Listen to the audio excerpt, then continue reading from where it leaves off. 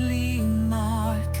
Cobwebs twine and shadows dance in this twilight somber trance.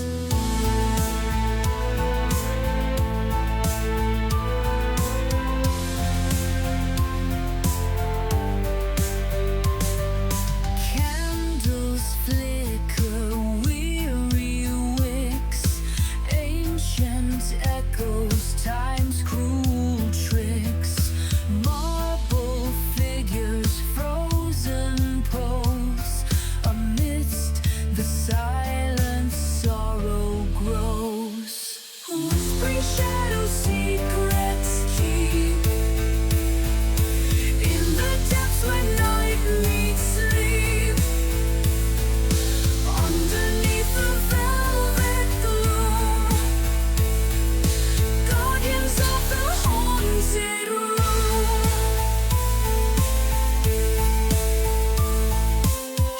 Chandeliers in crystal tears reflect forgotten yesteryears. Softly chanting distant cries, through the arches sorrow sighs. Gargoyles watch with stony gaze, guardians of endless maze. Pipe organ's breath begins to rise, filling air with mournful ties. Whispering shadows, secrets keep in the depths where night meets sleep. Underneath the velvet gloom, guardians of the haunted room.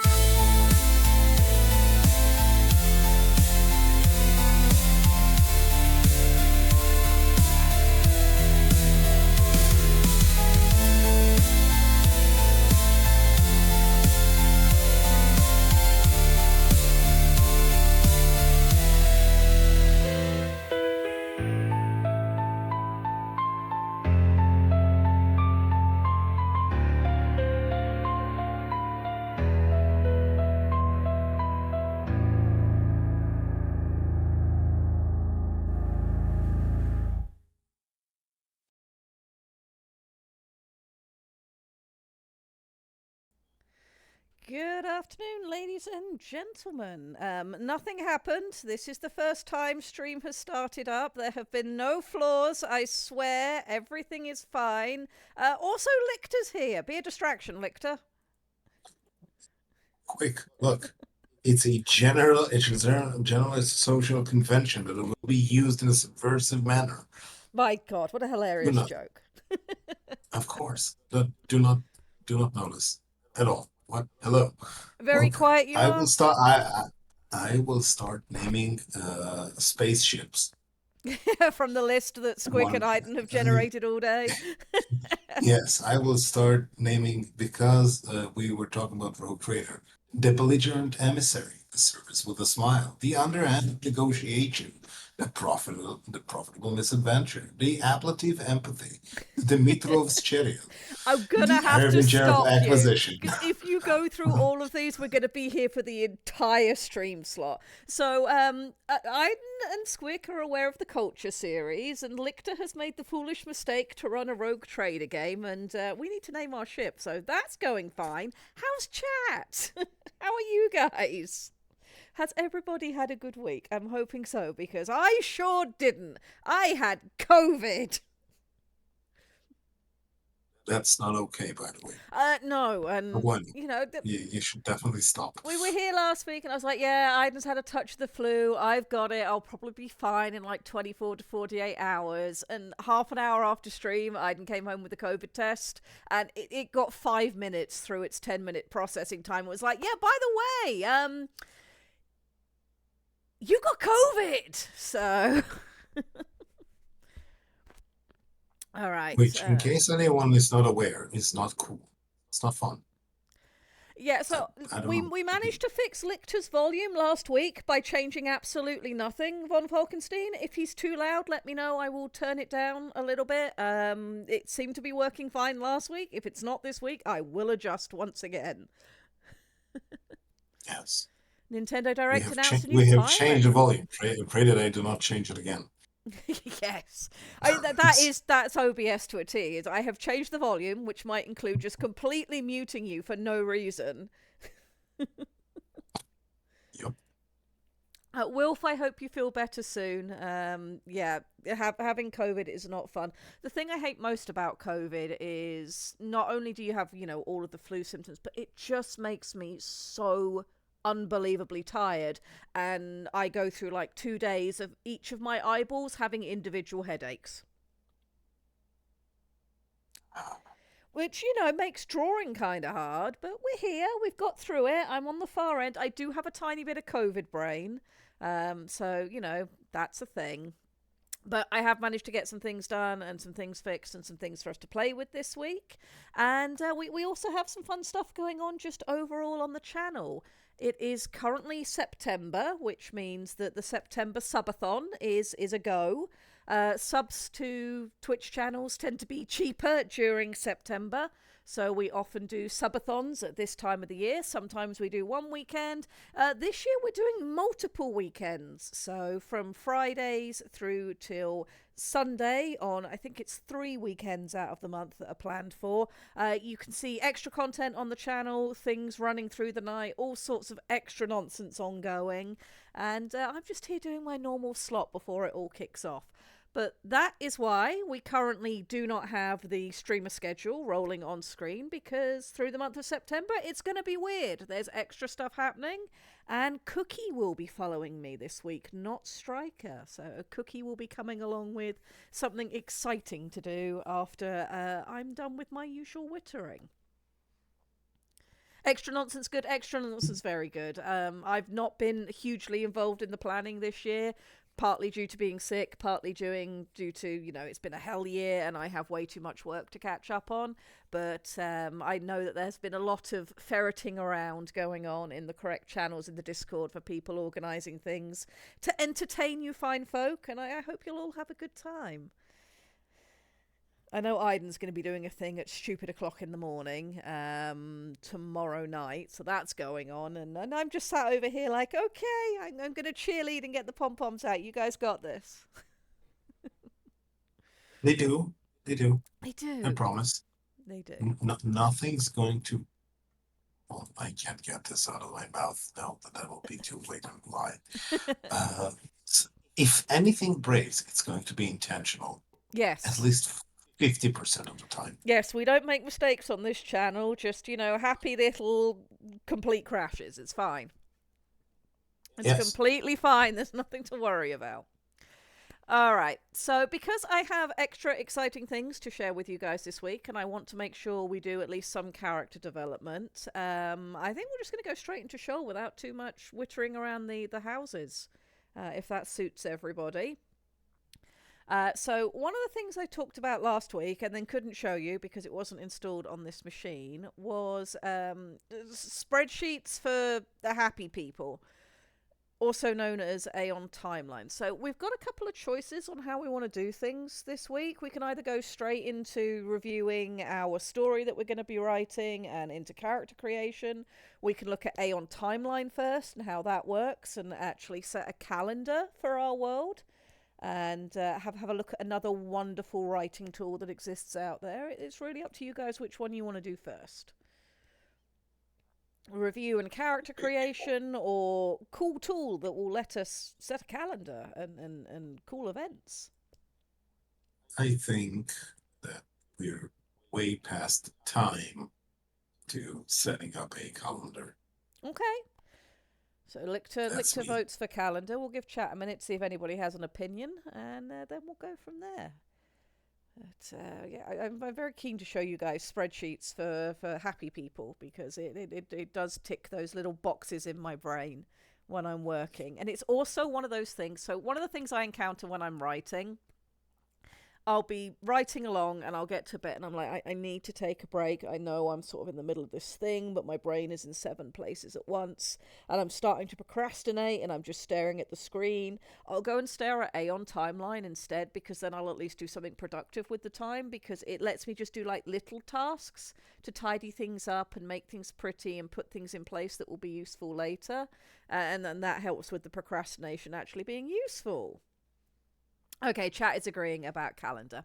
All right, so that means that what I'm going to do is I'm going to witter for a little bit about Aeon Timeline, what it is, how it works, and what it's matched to. And to do that, I'm going to show you the timeline I have set up for my personal setting. So if you give me just a minute on Scrivener, I'm going to change Scrivener over to the correct project for that, which will be this one. Let me click us up to my prologue for this. So this, let me just check, it is showing up on stream. No, we are still showing. Why are you like this? Why are you like this? Fine, close that, show this. You can do it, I believe in you. We are creating backups, so that takes some time. You can do it, Scrivener, I believe in you. I know, I may make you handle huge projects. Nope, that has gone to the wrong thing. Why are we like this? You're definitely not seeing that, chat. That is not a thing that is happening. That's not going to help either. So remember how I said I still have COVID brain? I still have COVID brain. Okay, there we go. It did default over to the right one eventually. Thank you. Honestly. So We are currently viewing The Meaning of Power by Anka. perfect. This is my personal setting. So the setting's called Hefner. I'm writing a trilogy. It's the Meaning of Power trilogy. This is the first book, and you can see on the left side here how I've got a lot of things sorted out. I've got the prologue is a section. I've broken my act structure down, and this is a 7-part act structure I've used here because this is a very character-driven narrative. So we've got the hook, we've got the inciting incident, pinch point 1. Where is...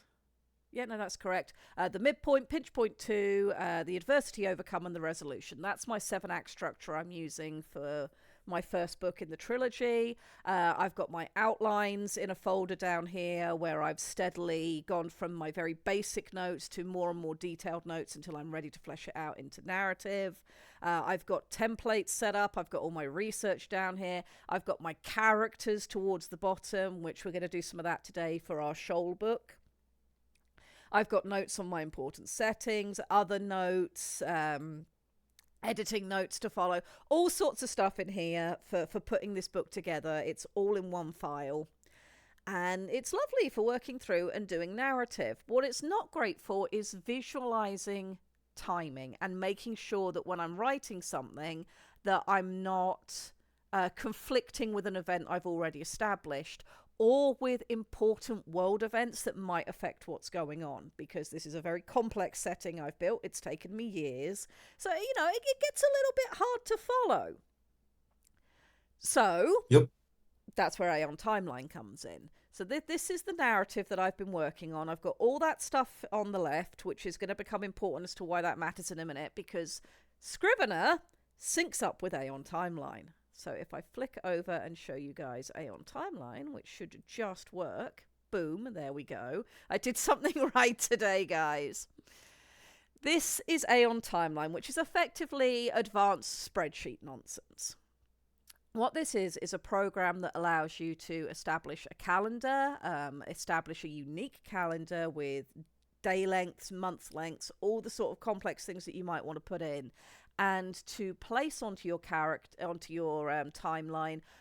recurring events that happen in the world. So, for example, we're looking at my one for Hefner here. There is Mount Akal, which is a volcano, and it erupts on a very regular basis. Part of the basis for my story is that it skipped a cycle and didn't erupt, and that plays into my overall narrative long term. So I can plug in here when the first eruption happened, that history noted down, and how often I want it to repeat. So when a Carl erupts, its sort of eruption cycle is roughly 2 years long, from initial tremors to eruption to settling. And I've told it that this will happen every 201 years. And it just plops this onto the timeline for me. There's a comet that passes by every 200 years. That's plopped onto the timeline for me. I just have to tell it the first time that, it happens. There's an important plague for one of my stories. That's plugged into here and it plops it on the timeline. So where do you see all these things? At the moment, we are in timeline view. So in the main screen, you can see my dates running along the top, and you can see all these little icons in color at the top that are matching to stuff I've got on the left. That's where these will show up. All the stuff that we've got running down the middle of the screen, all these gray and red diamonds, these are my narrative moments from over in Scrivener. So this is my individual scenes that are set up within Scrivener, represented on the timeline, and I can say when they start and when they end. At the moment, this is not correctly set up because I haven't fully imported over from my laptop for all of the times and dates. But if I zoom in a little bit, I will need to change my time scale from years to months, I think will be the better way to do it. Months, and let that adjust. No, that's still going to be too much. Let me change to weeks. That will work better. There we go. You can see how these are offset against each other as time progresses forwards.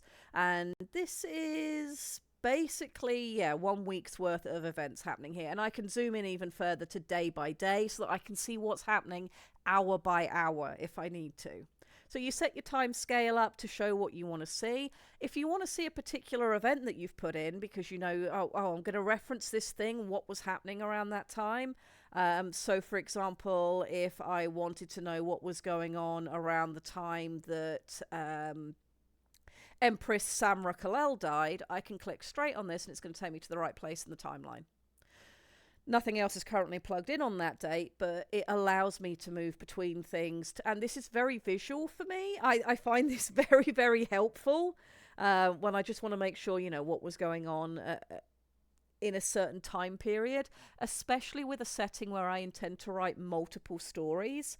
It lets me see what's overlapping with what later on. There's a second story that I want to write after the trilogy is complete, which takes place in a different country.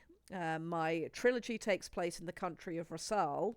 My second book will be focused in the countries of Westernland, Arletine, and Duntilic. So it's ranging over quite a larger distance.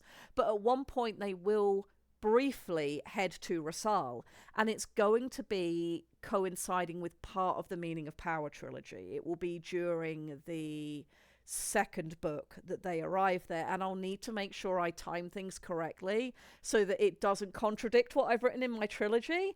Aeon Timeline will help me to do that. So this is why I have this program. This is why I love this program. But it does more than just the basic visuals. We can put it into true spreadsheet view, which is letting me see all of my elements from Scrivener, all of my different things that I've written, and I can set whether, so the prologue, for example, is a flashback. So I can set it as a flashback. I can set things as events, and this allows me to sort things and look through things later. If I'm... What? Gone? Question. Yes. What does it mean, type? They say, okay, programmer brain engaged.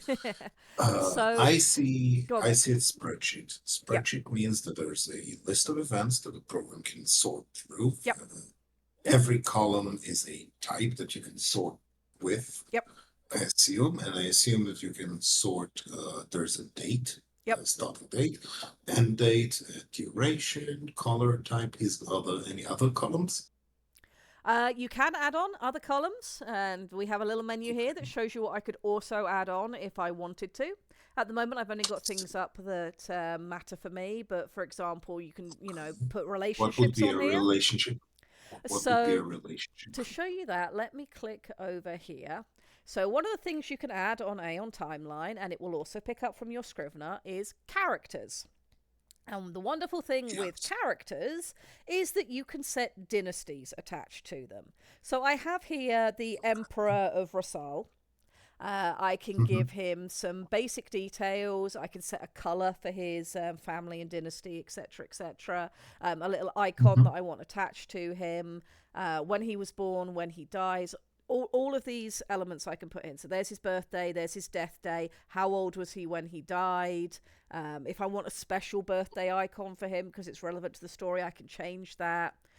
It's also Okay. tracking events that he is attached to because when I put in an event, I can say, I can attach these people to it.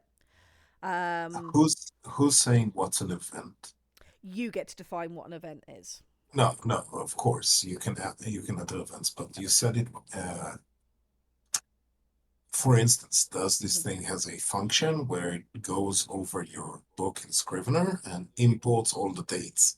Yes, you can tell it to sync Okay, and it will do that. And then when you look through the sync data, if anything's not quite how you want it or you want to change it, you can then go through and do that. But yeah, it will just pick up from what you've set in yeah, your Scrivener and be- vice because versa. this is because this is the amazing part, in my humble opinion. Because if this was just another box where I can start creating my own spreadsheet, it's no different from Excel.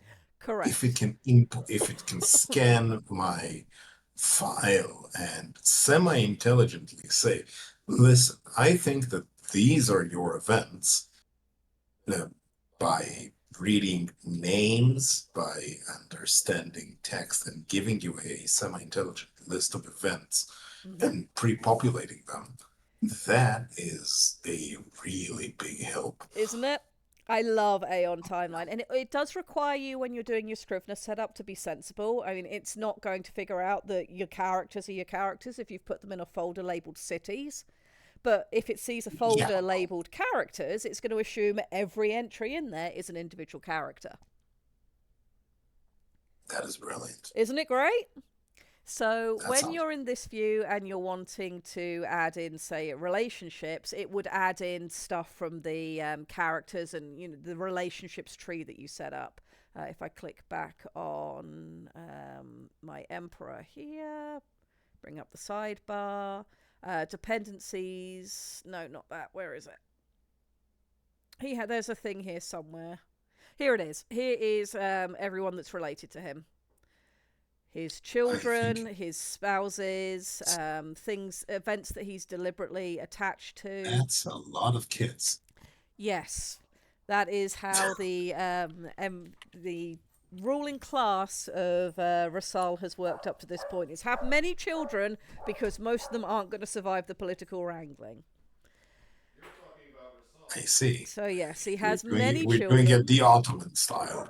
Yep, and as I plug in more information about them, it will update in here as well. So my character I've put the most information into so far is Anka Kalel, who our dog is named after, because she's the main character of the book that I'm writing at this time.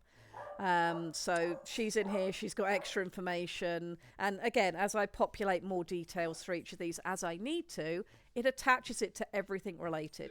It's brilliant. So that's the timeline, that's spreadsheet view. You also have the relationship web, which lets you have another different way of seeing I who want was to at see the what web. I events. want to. Oh, that's a table. I was Yes, hoping for a web. you can make a web if you want to. It's called a mind map in this, and you can make a mind Yes. map about anything. I don't have any set up because I don't tend to work that way. But if you want to Mhm. have a web where you start with a character and then attach everyone to it visually, you can do that. That exists in this program. Yeah, we've done something. My wife has just finished writing 50 or 60 characters for a LARP she's arranging. She's like, how do we arrange the various families and their relationship? And she has a mind map that looks like you can arrange several army-sized battalions on them, complete with everything. So yeah, mind maps are cool. I'll show everyone once next time or something That would be about wonderful, how yes. Yeah, because I don't tend to work that way, so that's great.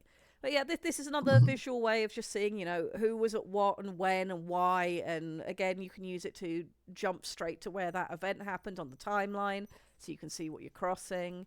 I haven't really done anything with this one. Narrative allows you to sort of look at your layout in a more similar way to Scrivener, so you can see, what's happening when and what you've written, where you haven't got to yet, what you've checked off, what you haven't.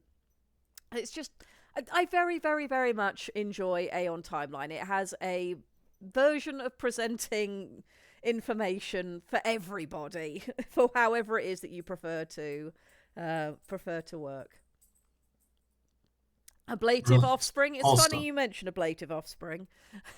yes, yes, considering another project of ours. Why?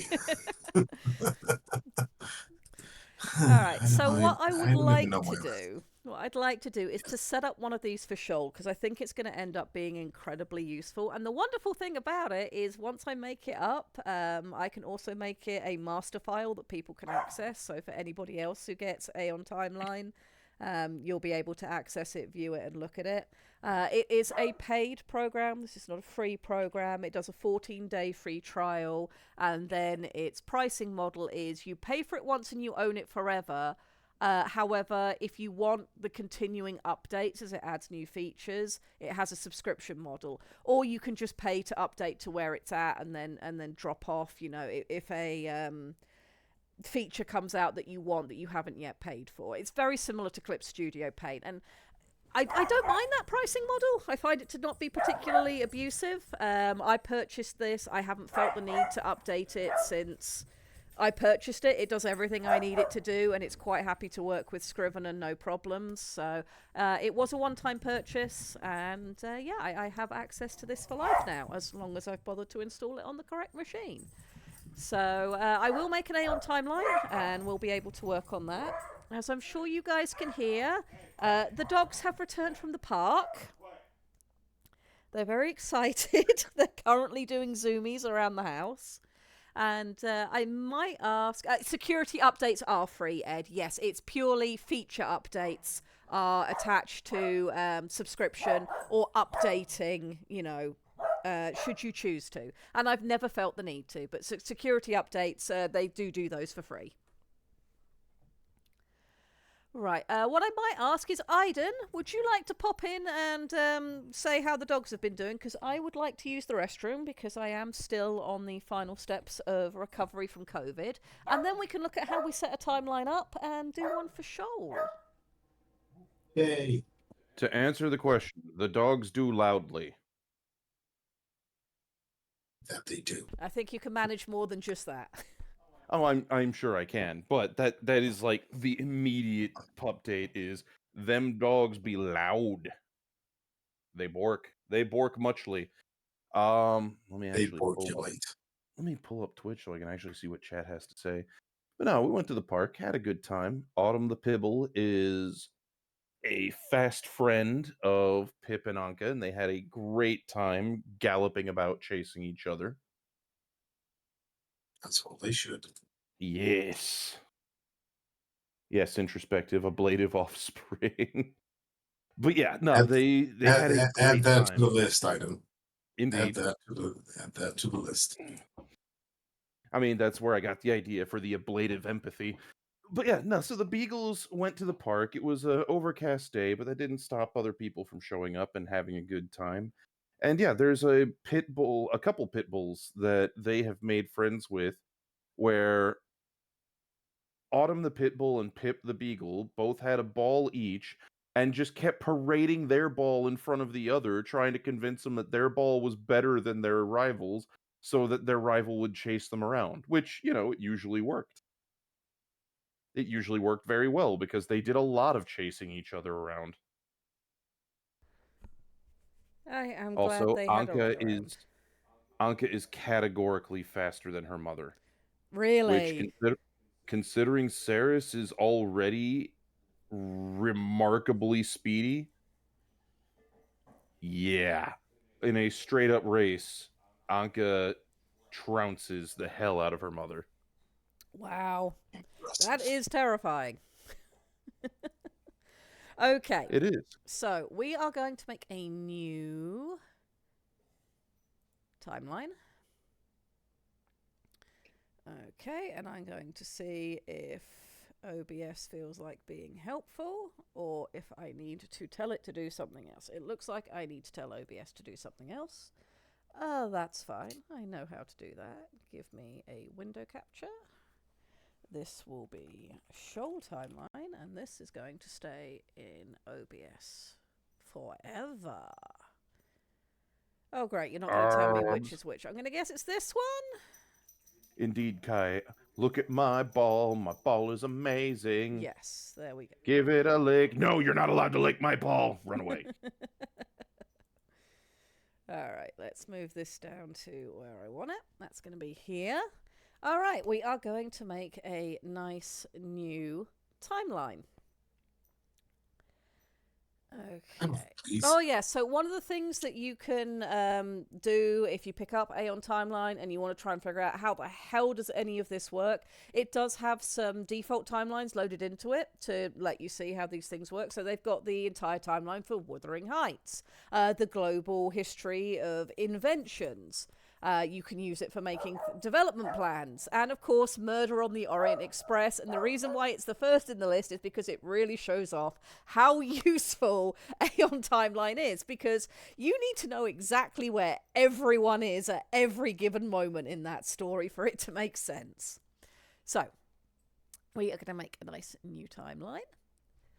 And then we are going to want to go into our settings, if I can find where that is hidden, the ones that we want. No, I don't want that. Where are you? You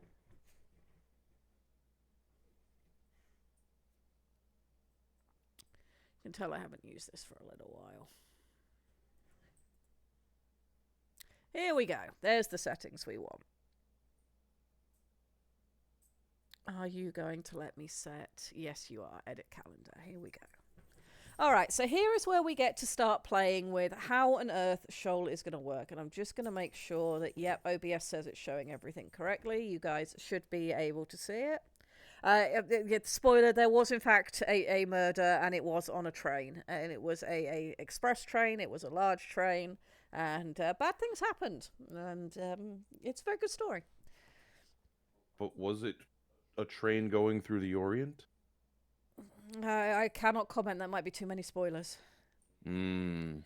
All right. So the first thing that we can change up here is we already know that Shoal has 48-hour days.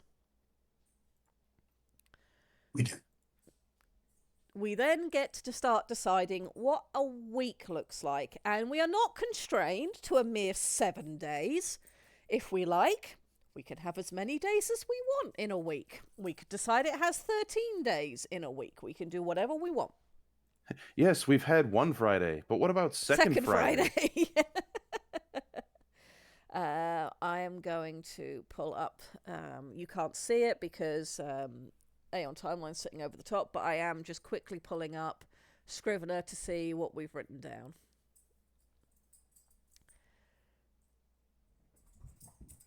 Okay, so the grand year we know is going to be 5 years. And I think the easiest way that we'll track grand years on Aeon Timeline is not by setting them up. We'll set up close years as our standard year. What we'll do is we'll set the mark of a grand year as a mark on the timeline every 5 years. So that will solve that problem, and we won't have to do anything complicated with that, despite how complicated we've made this. Let's see what else we had written down.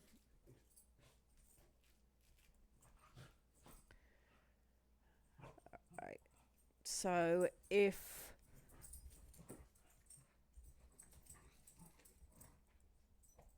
a year for both Luastra and a grand year is the equivalent to 5 Earth years, so... Girls, you're making it very hard for me to math right now.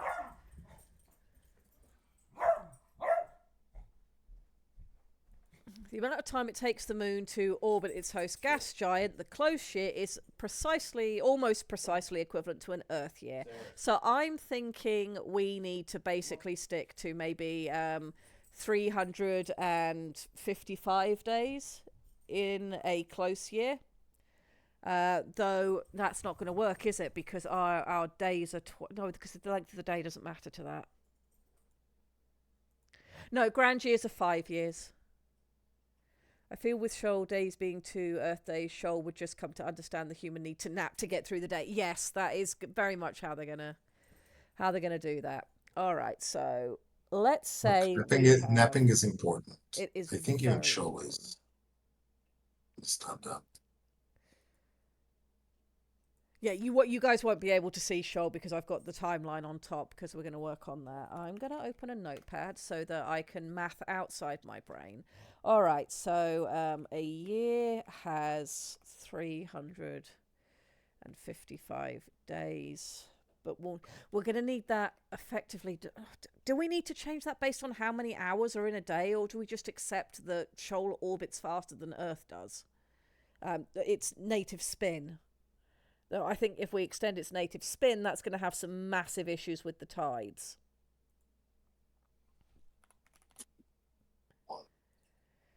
This is the hard part. Once we do this, everything will be fine. I'm going to say that we can, if we don't have to go into all the space shenanigans, but we do have multiple moons around Mern, Yes. and thus the equalizer. We can say that the uniqueness of the planet is not only is also by the equalizing effect of the different planetoids that make its gravitational system operate not exactly like Earth, but in a comparable spin. Though it spins faster, it is being offsetted by different bodies that are present, and we didn't take into consideration. We can say it's complicated. It's definitely complicated. We did decide from square one that this was going to be a ridiculous system. I can't just consult the simulation Ninja Turtle setup. One, because yes, I would need him here, but two, he hasn't simulated all of the moons. It's got most of the moons, but not quite all of them. So I'm not going to be able to pull on that specifically. But what we could do is let's average it out and say a year has, say, 250 days, which means, but it's, the equivalent of an Earth year. And if that needs changing, if Ninja Turtle is willing to do a second pass at the simulation, I'll have a chat with him later in the year about that. If he's willing to do that and it doesn't work, we will have the ability to go back and edit this calendar to adjust a few things that aren't quite right if we need to. So let's start out with 48 hours in a day. Yeah, we've got that listed. We're going to have 250 days in a year. How many days do we want to have in a week? We said we have 5 days in a week.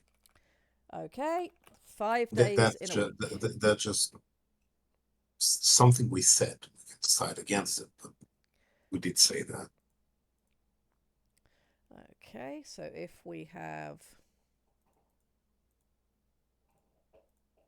250 days in a year, 5 days in a week, that gives us 50 weeks, which is similar enough to Earth to be understandable. So let's go with 5 days in a week for now. If we get given cause to change it, we can change it. What do we want to name our days? Because we can change that as well.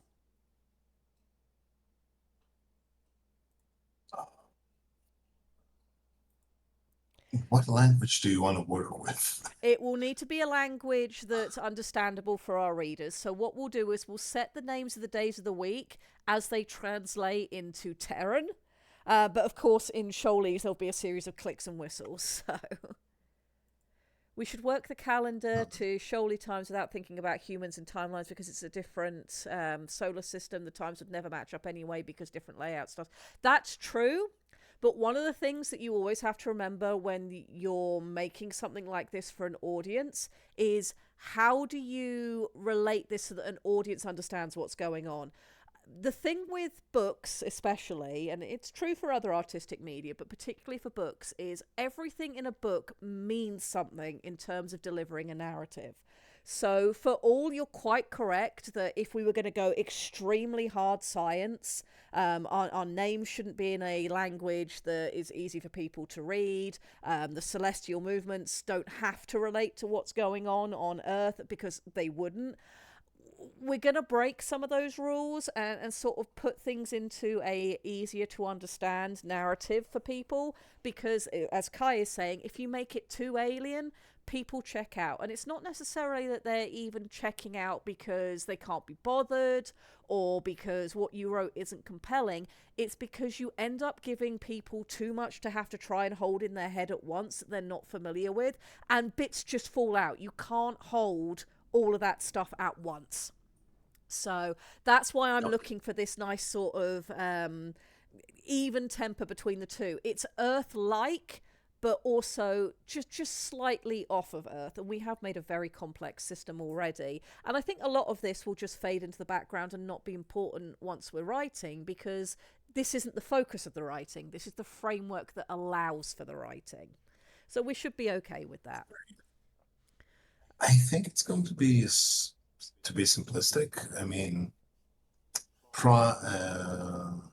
So to give you prime, go on.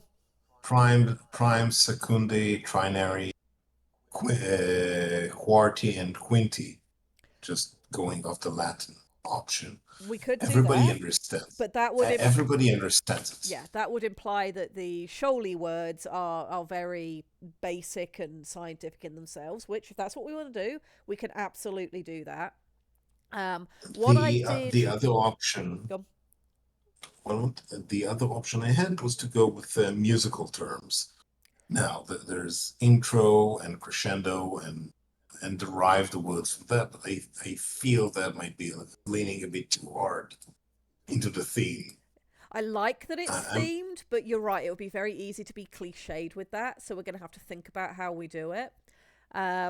To give you an idea of how I set up my weeks for Hevna, just to give sort of a frame of reference, if I bring up Hevna. And Anka, I can't click on things if you're jumping all over my lap. I love you, baby girl, but please. Right, let me bring up my calendar. Oh, you won't do that from this menu. Why will you not do that? That is not helpful. Thank you. That is much better. What I did for my Hevna is I took the religious framework that I knew that my people had grown up on and used that to help names the day. And I borrowed from both of the major religions that I had. So because we have that in real life, some of our days are named after Roman stuff, some of our days are named, it's borrowed from previous stuff or adjusted, and extra days got thrown in later on. And history is fascinating. So I have Mer Day, Smith Day, Weave Day, Task Day, Thrift Day, Sale Day, Stone Day, Lights Day. Stone Day comes from just the overall religion of the Lodestones. Lights Day comes from the overall religion of the Seven Lights. And those are my weekend days. You've got one named for each religion. The others are then named for either elements from those mythologies or from elements that just kind of tied in really well. So like Smith Day on Tuesdays was typically the day when a lot of foundry work happened. It ended up becoming known as Smith Day, but that also ties in with religious ceremonies from the faith of the Seven Guiding Lights, etc., etc. So that was how I formed my calendar over there. We can do whatever the heck we want with Shoal over here, though. Idea of a theme, Mm-hmm. layers of depth from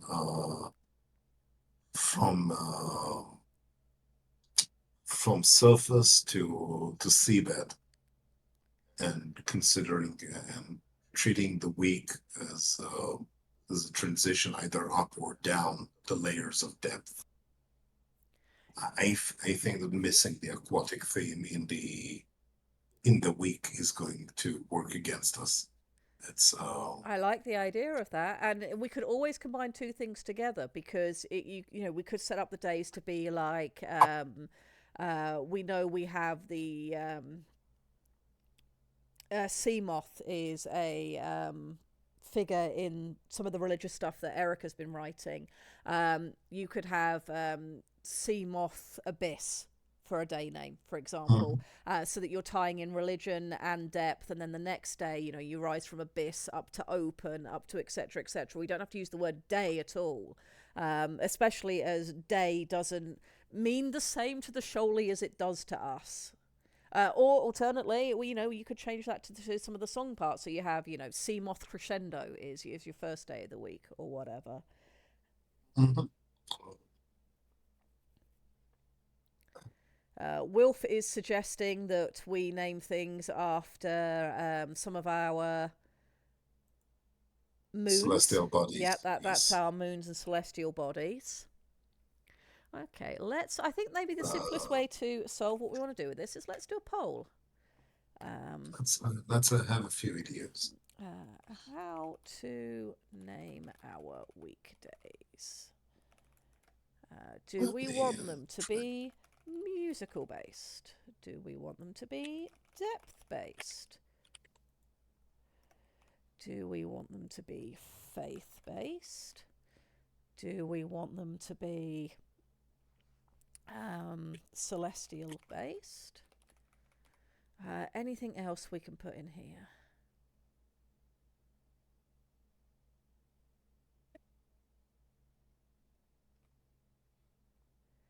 Okay, we're not going to worry about mixture right now because we'll have that discussion after we decide which of these that we like the most. I'm going to let this run for 2 minutes. Let's start that poll and let's see what we like from here. So the thing that I'd say with that, Ed, if we decide to use the aspects, is I think Erica is here. If he is and has the ability to answer, have all of the aspects always existed from square one, or did some of them come into existence a bit later on? So we started with like a core 4 or 5, and then others got added in. Because that might change what we want to do when we draw from the aspects, but we draw from the older aspects and do that if that's what we decide that we want to do. But we'll see how chat is leaning. Poll is up and running.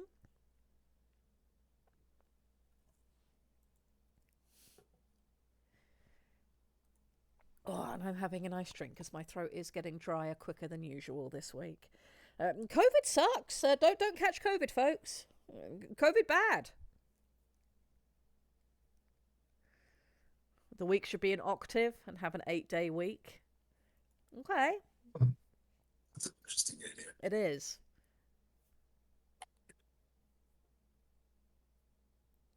I'm almost better, Kai. I'm just in that my body's in the phase where it's like, okay, we've had COVID, we're fine, we've fought it off. Now we need to recover all the resources that we expended doing so. So I'm just tired.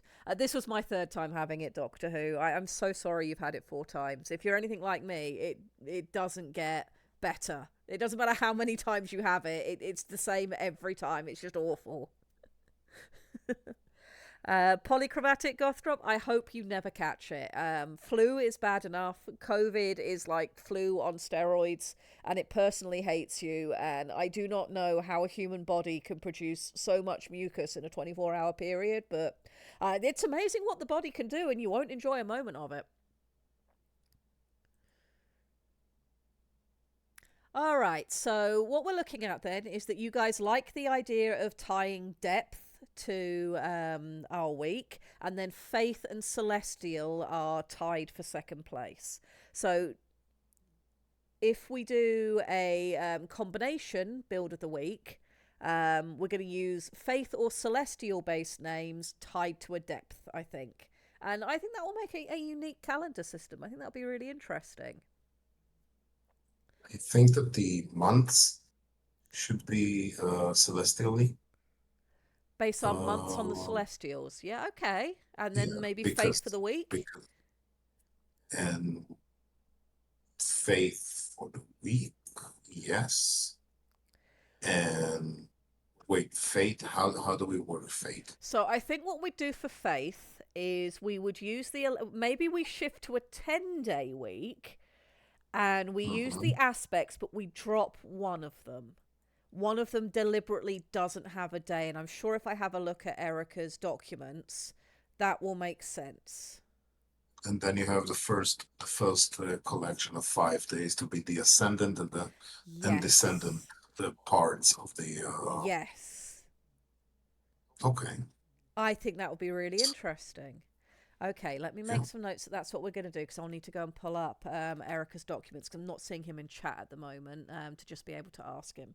So we are looking at shifting to a 10-day week, 5 days, um, ascendant depth tied to 5 of the aspects, 5 days descendant depth tied to 5 of the aspects.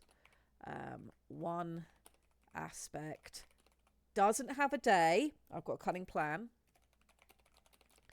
It's are we going for a calibration sort of a thing? it's tied to a leap year where we get a Yep, leap day. calibration. Yep.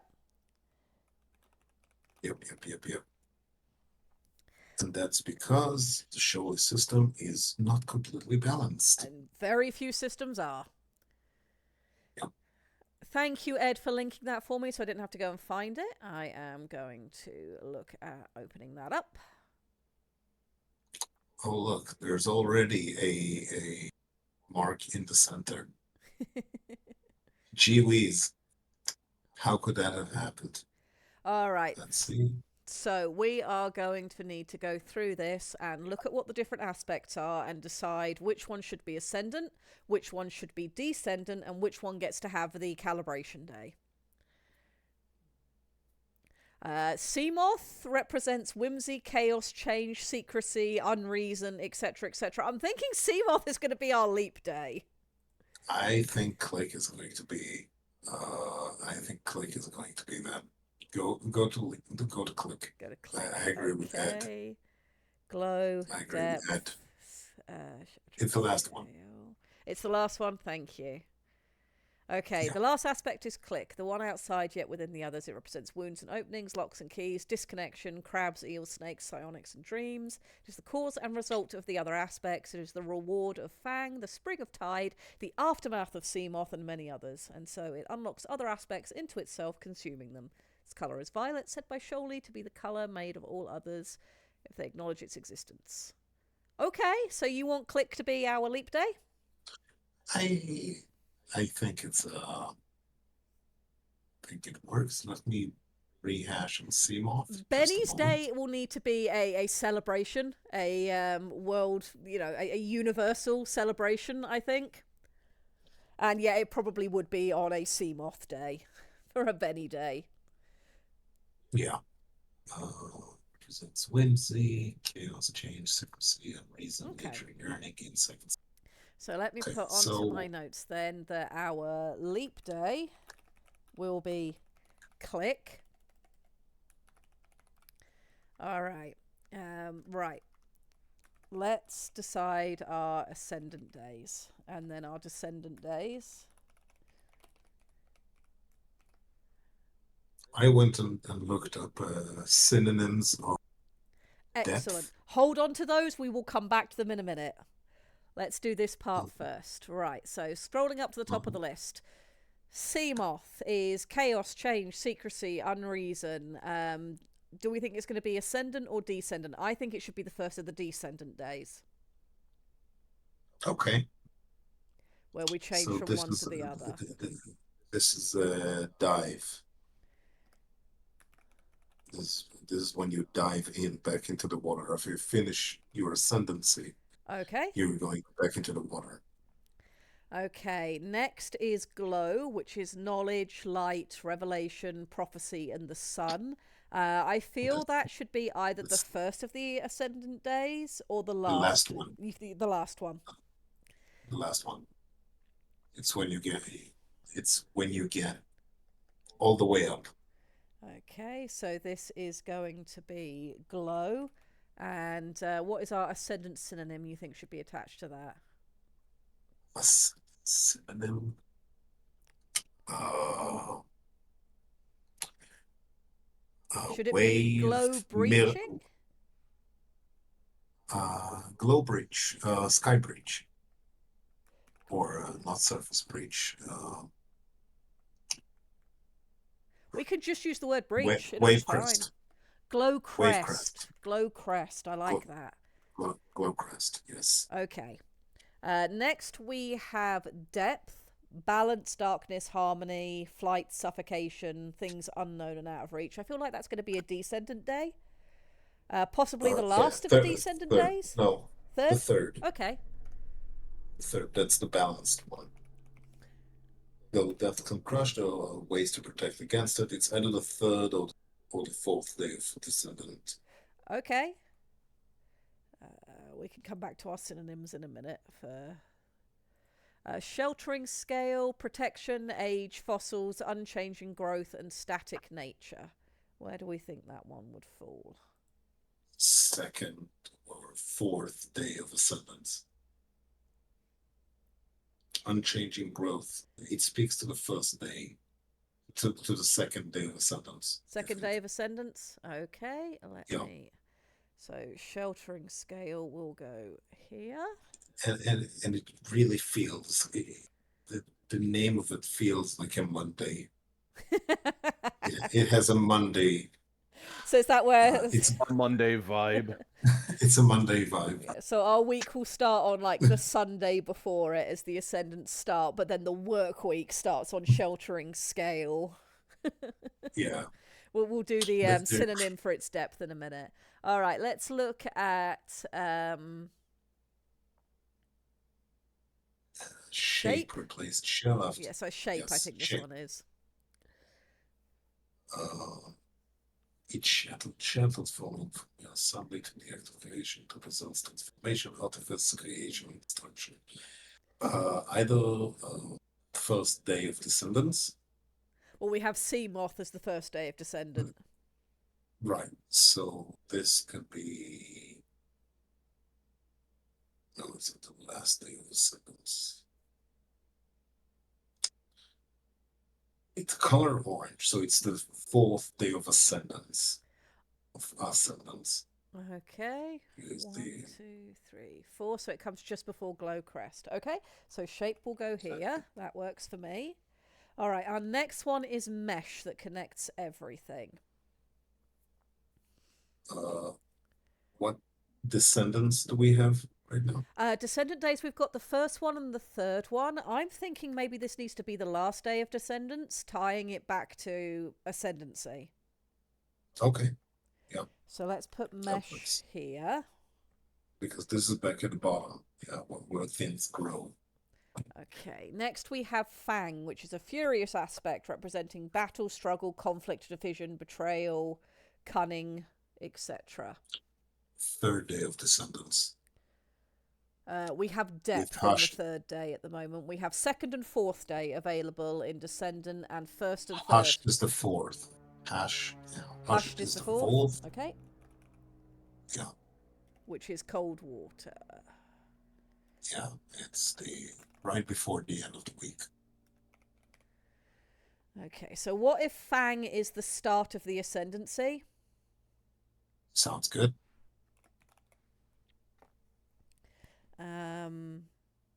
Song.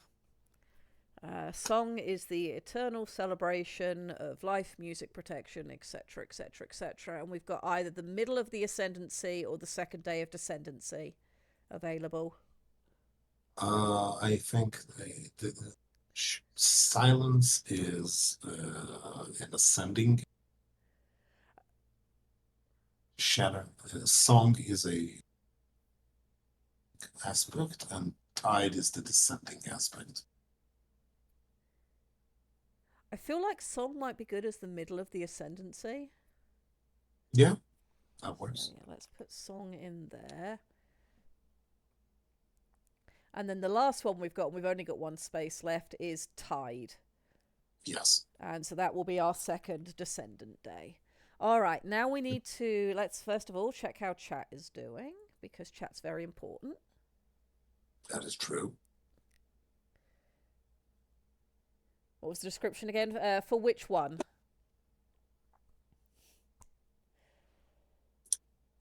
You feel middle. Well, maybe the Feeling middle is an middle is important good, part. because there's plenty more Yeah, up to go, but you're not doing too badly. Middle's always good. middle's good. It's where the jam and the jello and the peanut butter is. Yes. It's where the good stuff in pastries is. All right, so what we will need to do is attach our synonyms to some of these. So for our first Ascendant Day, we know it's going to be Fang. Is it going to be Fang Rising, Fang Floating? What sort of thing do we want there? Um,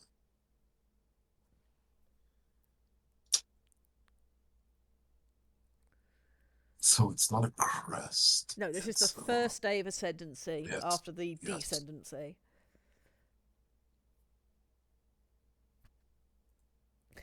No problem, polychromatic. My brain's kind of permanently working like that at the minute. I'm very much looking forward to the remnants of COVID brain going away, and I can pretend that I'm a full human being who can manage more than one thought in my head at a time. Honest, I swear. We know. It It is is Friday, Friday, brains right? are soup. Yeah, and I'm asking you guys to do math and complicated things. I am terrible. I am the worst human being. There are That is 30 of not you true here. Why are you here? because it's fun. But All right, um, okay. let me pull up some synonyms myself. Ascendant synonyms. Let's take a look.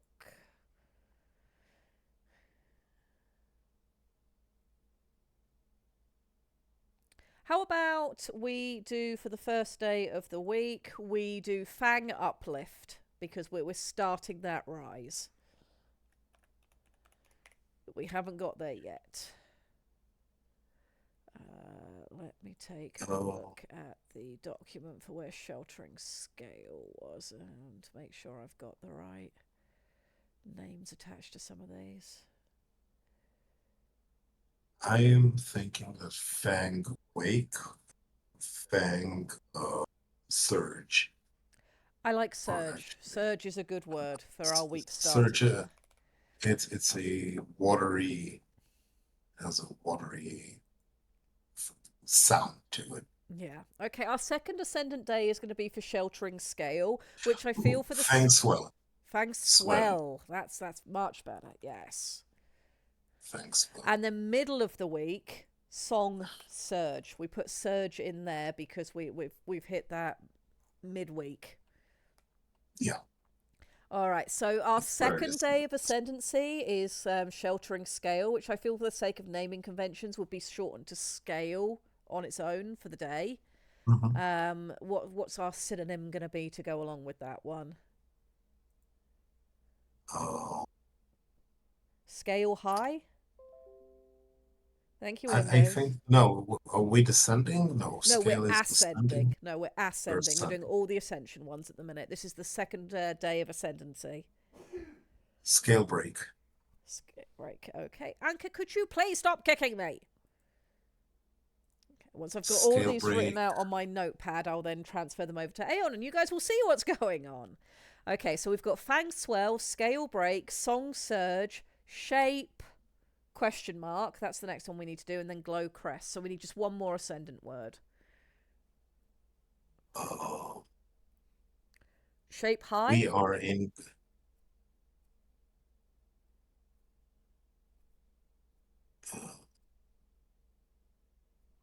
Heave, surf, ripple, Eddie. eddy. Um, Hmm.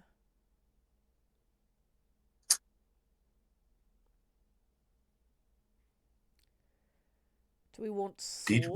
did we use the crest already? Yes, glow crest Yes, is glow the crest. peak of our week. Let me pop in the ones that I've got because you'll be able to see it in front of you then, and that might help us to make Yeah. any changes that we want to Yeah. make. So Mhm. we're going to start our week with. Helps if I don't hit the caps lock button. Fang swell, and then we will Thanks, well. have scale break. And then we will have song Well, it could be said. just shape rise. Shape rise, shape gush, shape rush. Shape saw is what I've got at the moment. And we will change what we want to change in a minute. Shape soar. And glow crest is our last one. These are all of our ascendant days. So there you go. I like Now you glow guys can crest. see what we've come up with, and you can let me know if you want any of those changed, if we have any better ideas. Spike shape. Instead putting the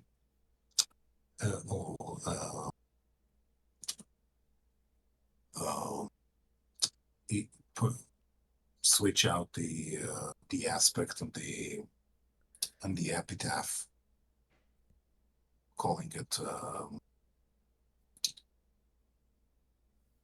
no, it's not.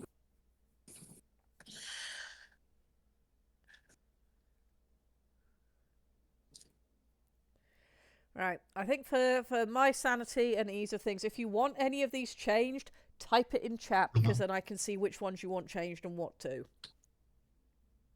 Okay. And we'll give that a couple of minutes to happen, and then we'll do the same for our descendant. And while that's going on, what I'm going to do is I'm going to go through these and start changing the abbreviations because the abbreviations will just be their aspects. Makes it real easy.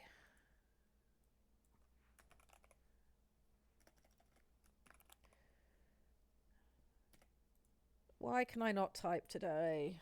Answer COVID.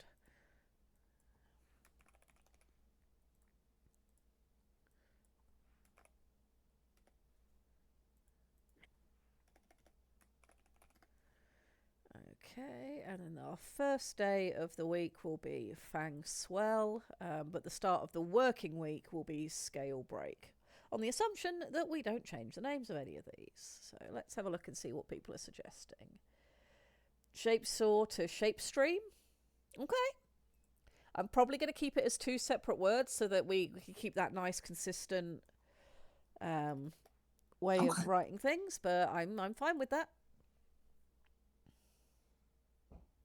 Let's see. Anything else chat thinks should happen? Not at the moment.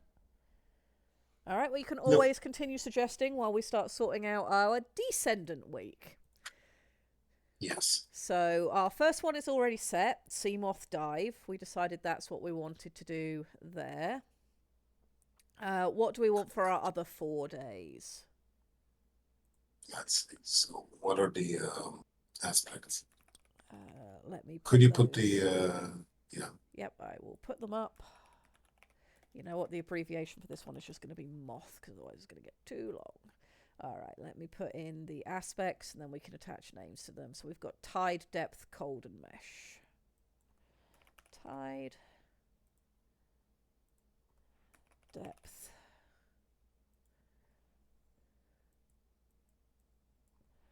cold, mesh.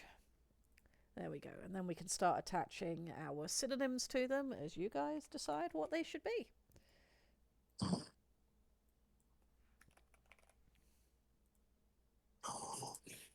I'll try.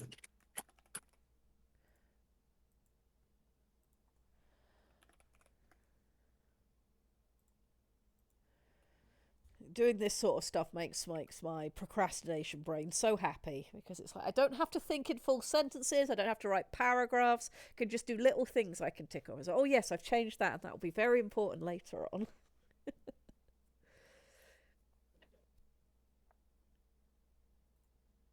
Oh, that's clicking on the wrong thing. I should not do that. That is bad. I've done that a lot today already.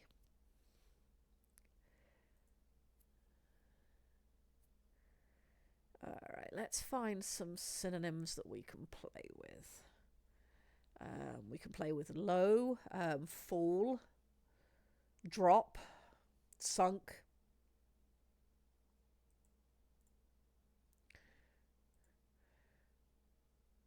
I feel like tidefall is a great name. Yeah, that's not. I'm typing it the same one. Oh, thank you. Someone gave it. An anonymous gifter. Thank you very, Anonymous. very much. And N Bailout received that sub. That's very appreciated. I'm not sure if they're here watching us or if that's something that's dropped in from the September chaos elsewhere, but very appreciated. And for those of you who've joined us since stream began, there are a good few of you more here than when I started. We are entering into our subathon for September. You can expect for multiple weekends this month to have extra programming, longer programming, and abnormal chaos going on to our normal time slots. For example, I am not followed by Cookie this week, by Striker this week. It's going to be Cookie. Cookie is coming up after we get done here, and she's going to be doing something a little bit different to normal, I think. We've got late night programming all plugged in. Aiden will be doing stuff with you guys late into Saturday night, among others. So it should be an interesting month.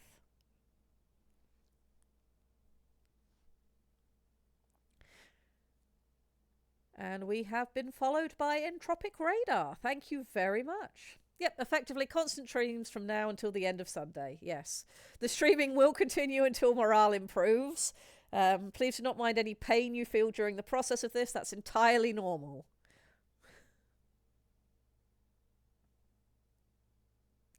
Oh, right. Okay. Glorious chaos, yes. We do endeavour to embrace chaos at all times. On this channel, whether it's doing writing, gaming, cooking, all the sorts of things that we do here. Welcome on in. We're going to have more chaos than usual this month, but it's always a ridiculous time. Please come and have your chaos interact with our own. I can see the Discord link has been kindly dropped, as well as the YouTube. Come and see our nonsense. So we get up to many things over here.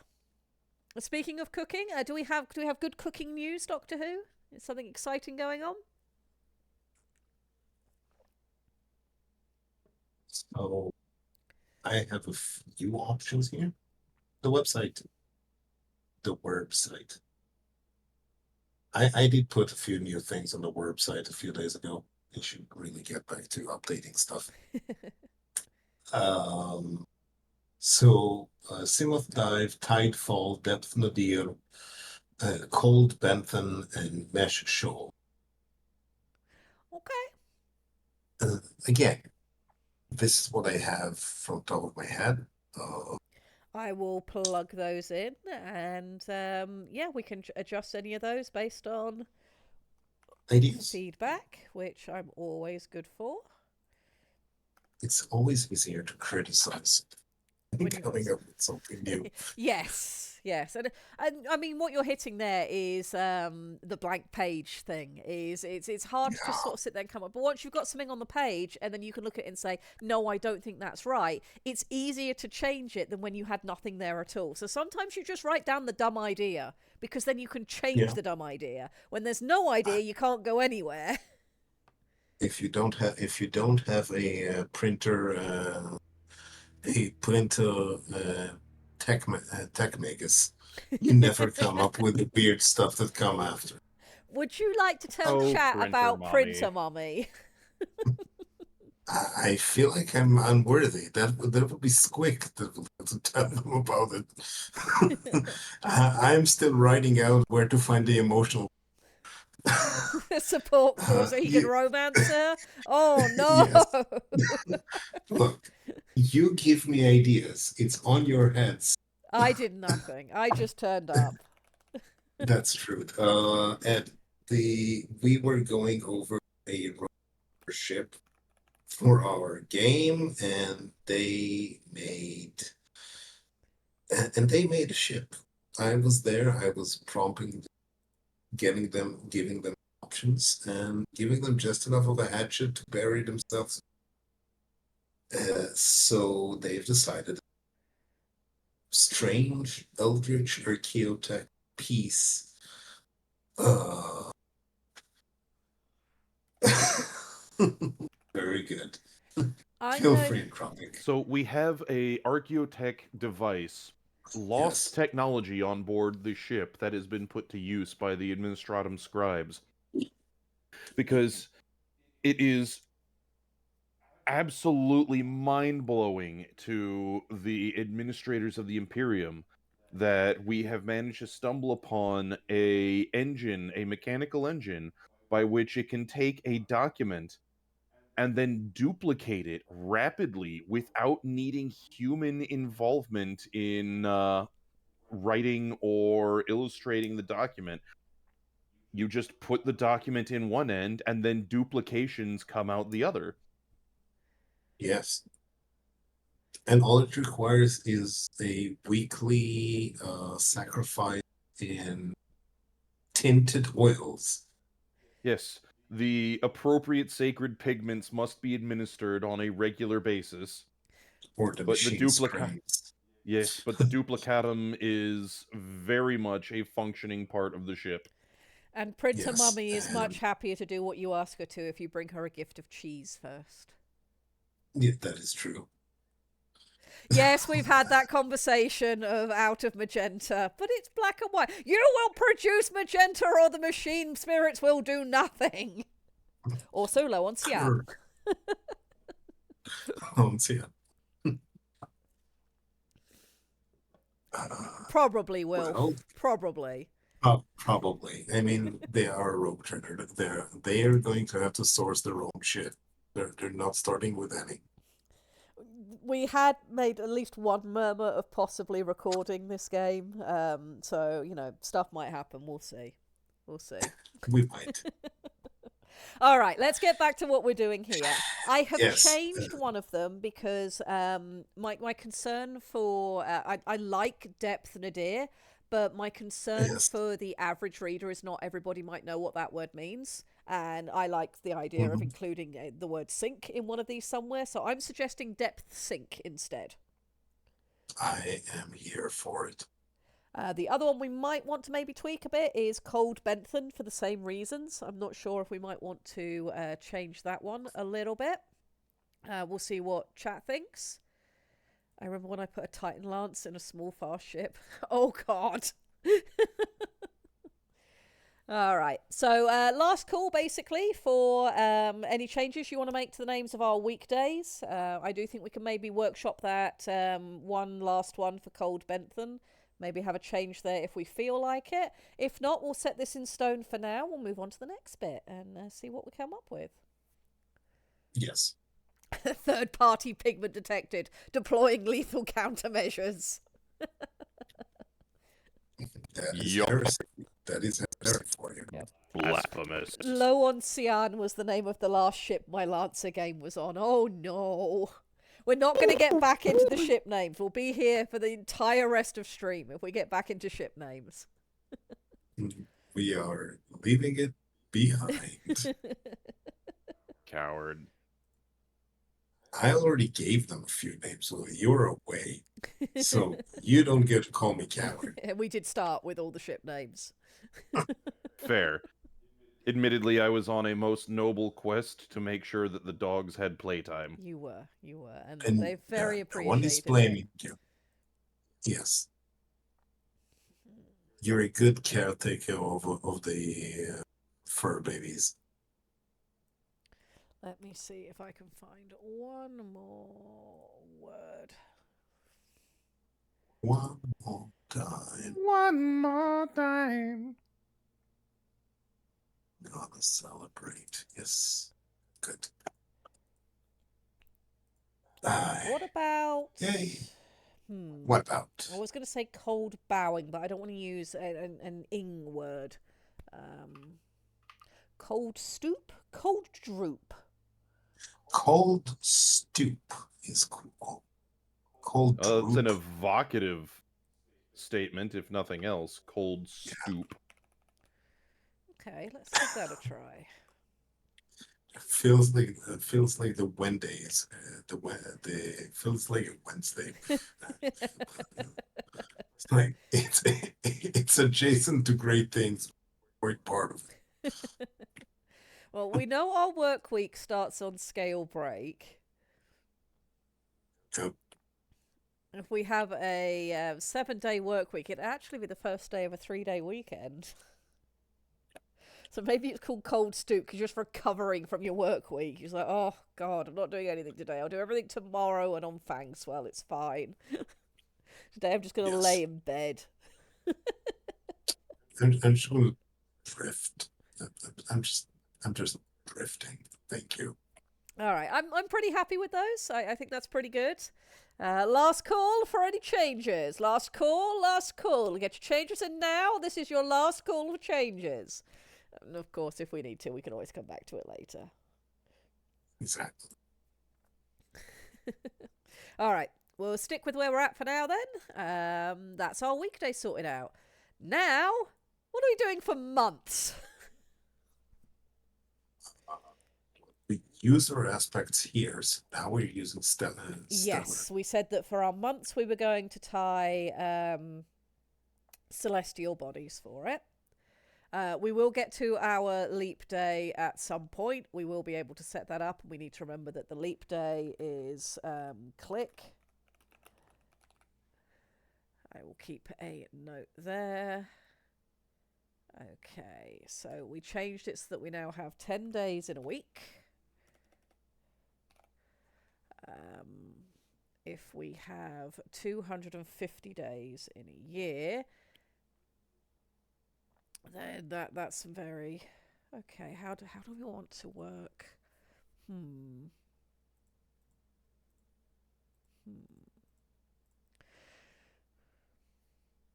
If we've got 250 days in a year, and we've got 10 days in a week, that means we've got 25 weeks that we're playing with.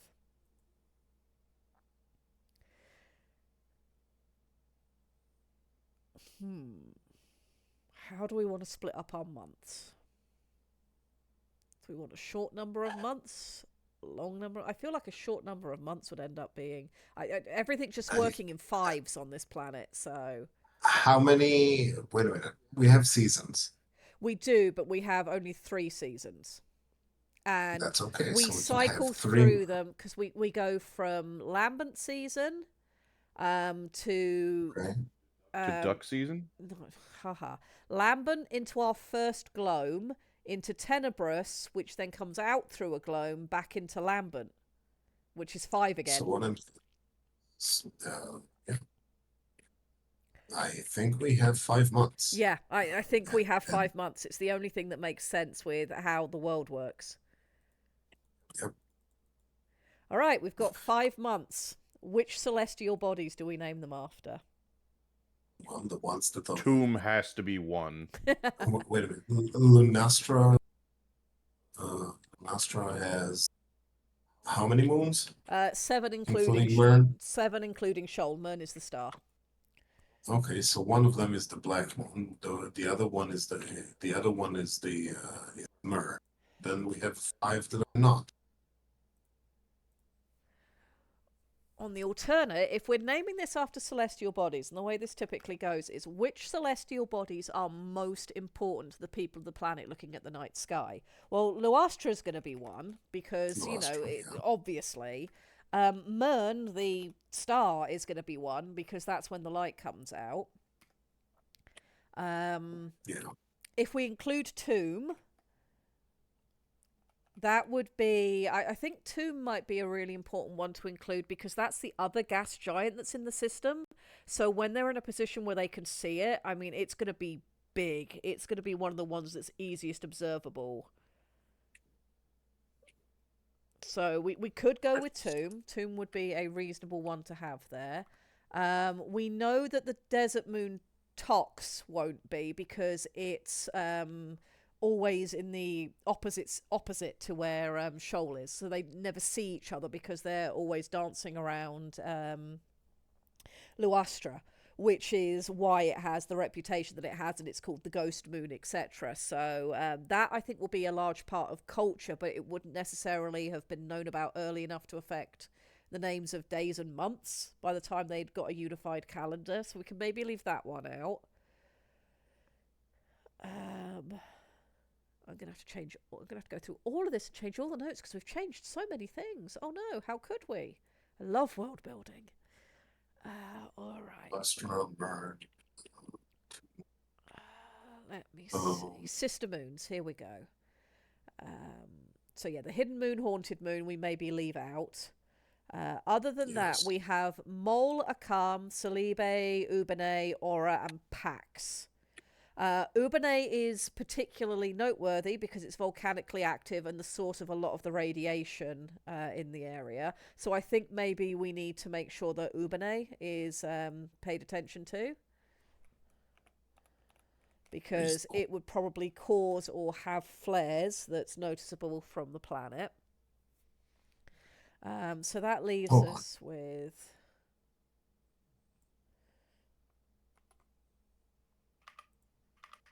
I'm going to put these into chat so you guys can choose among them for the last two we want to draw from if we don't use Aura and Pax.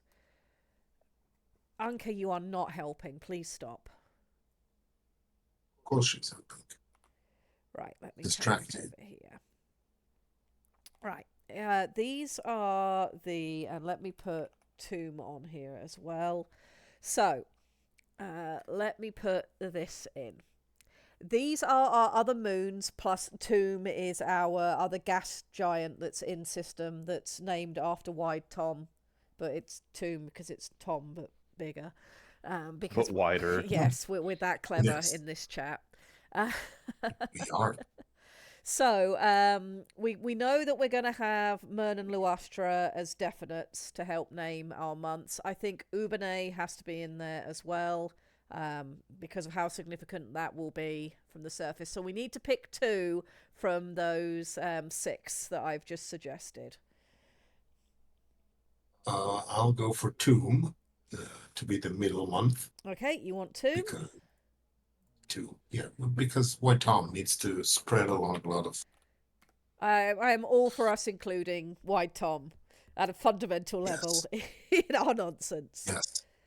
It's in the firmament. It's in the fundament.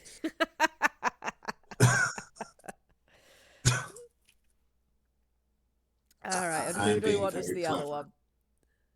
one?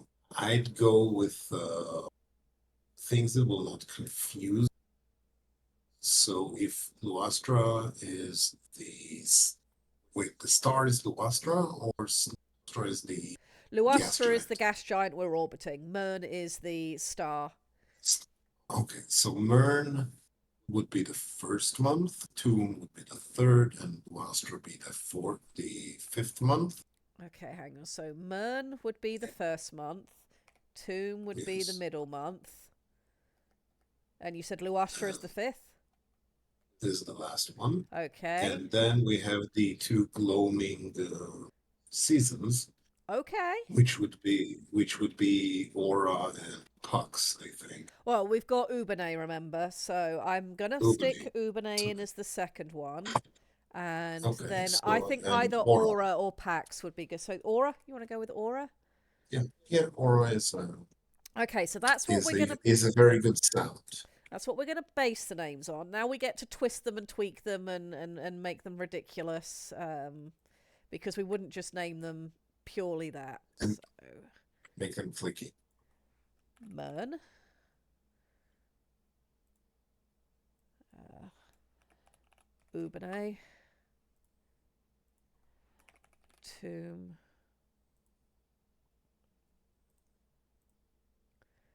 Aura, and Luastra.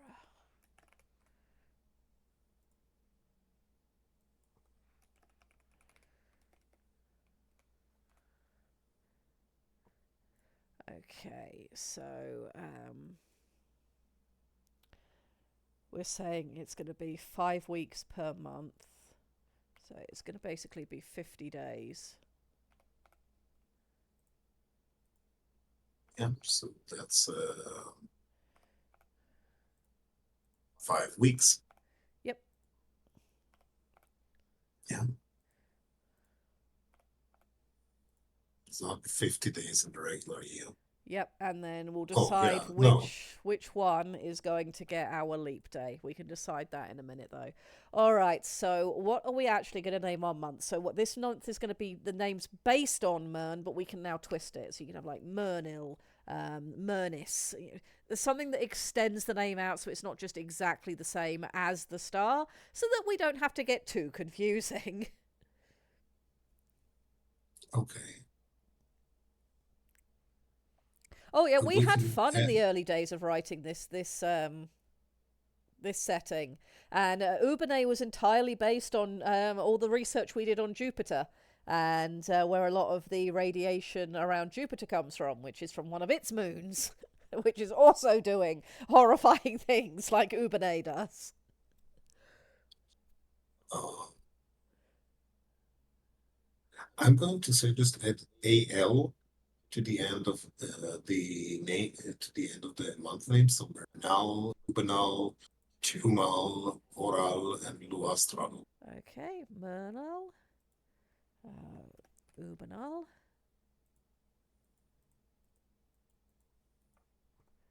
Tumal. We can't do that with Aura. Why? Oh, see, I was thinking about the nice What we range of. could do, though, if we I thought change it about Oranal. to nice. Pax, Paxal is fine. Either that or I, Oranal. I, Put I an just N in I, there. Yeah, or I we just could thought do about the Oranal. nice range of mountains, Europe. But me and my tidy little brain that has no non-nice. It's because you are pure and sweet and innocent and an adorable little cinnamon bun who must be protected at all costs. Exactly, that's who I am. Please do not mind the very dapper Mm, mechanized skeleton man in the bottom of the screen. yes, of course. Skeletron! Oops, all skeletrons. Okay, yes, we can do that. We can do that. All right, We- which month gets to have our leap day in it? I I feel like mean, 2 mile in the middle of the year. yeah, two Yeah, two it will needs get to to be. have extra. He needs to be It needs to special. be wider. That was my thought. Okay, so we now have our leap day that's in there. It will get a unique name. What we will probably have to do is mark it on the calendar to remind us that it's got a different, name to it that replaces a day, and then everything will carry on and be correct from there. Because the one thing the Aeon timeline cannot do is it cannot handle a leap year system that doesn't follow how leap years work in our world. So when we have a leap year, we add an extra day to February, and we don't change the name of the day that should happen. So, if it was Sunday before, then the leap day is going to be Monday, and then everything is Tuesday and on afterwards. For Hevna, what I did was I put in just an extra day that had an extra name for its balancing case, and it's called Guiding Day. And then you restart the week from Mer Day the next week. It can't handle that because what it's expecting is that Guiding Day overtakes Mer Day and that your next week will then start with Task Day and everything is shifted by a day. I didn't want that. But what I think we'll do for Shoal, so that I don't have to put all the extra effort in, is we'll make a note that, hey, this would be, this day is a click day. But we will allow the shift of the week to then resume from wherever it would be afterwards, so that I don't have to have that logic, and other people who want to write in the setting don't have to work with that logic. It's just going to be a case of, no, okay, this is what happens, but the rest of the calendar reads exactly as the rest of the calendar reads. You don't have to think about it. That's how we'll do it. I don't know if what I just said made sense to anybody else, but it makes sense to me. We were still editing the That's calendar. Let's go back. We're Right, good. so we've got our weekdays. We've got our hours. We know when our weekday starts. We've got our months. We've got our leap day set in. We can now set errors. And I am loath to do that this week because there are some other things I want to do with you guys before we have to finish. But at some point, oh, hang on, is this a new button? Can we customize leap? No, yeah, this is working the way that I want. So we can set how often we want leap years to occur, and if we want anything complicated to go with that. How often do we want leap years to occur? Every 5 years. Every 5 years. Keep with the theme. I think that's a good idea. Works for me. Consider me basic. I like basic. All right, we'll worry about our errors later. That's going to allow us to have, our sort of, as you can see here, BC, AD, etc., and what you're considering what and why. And you can put in as many as you like and change them to whatever you like.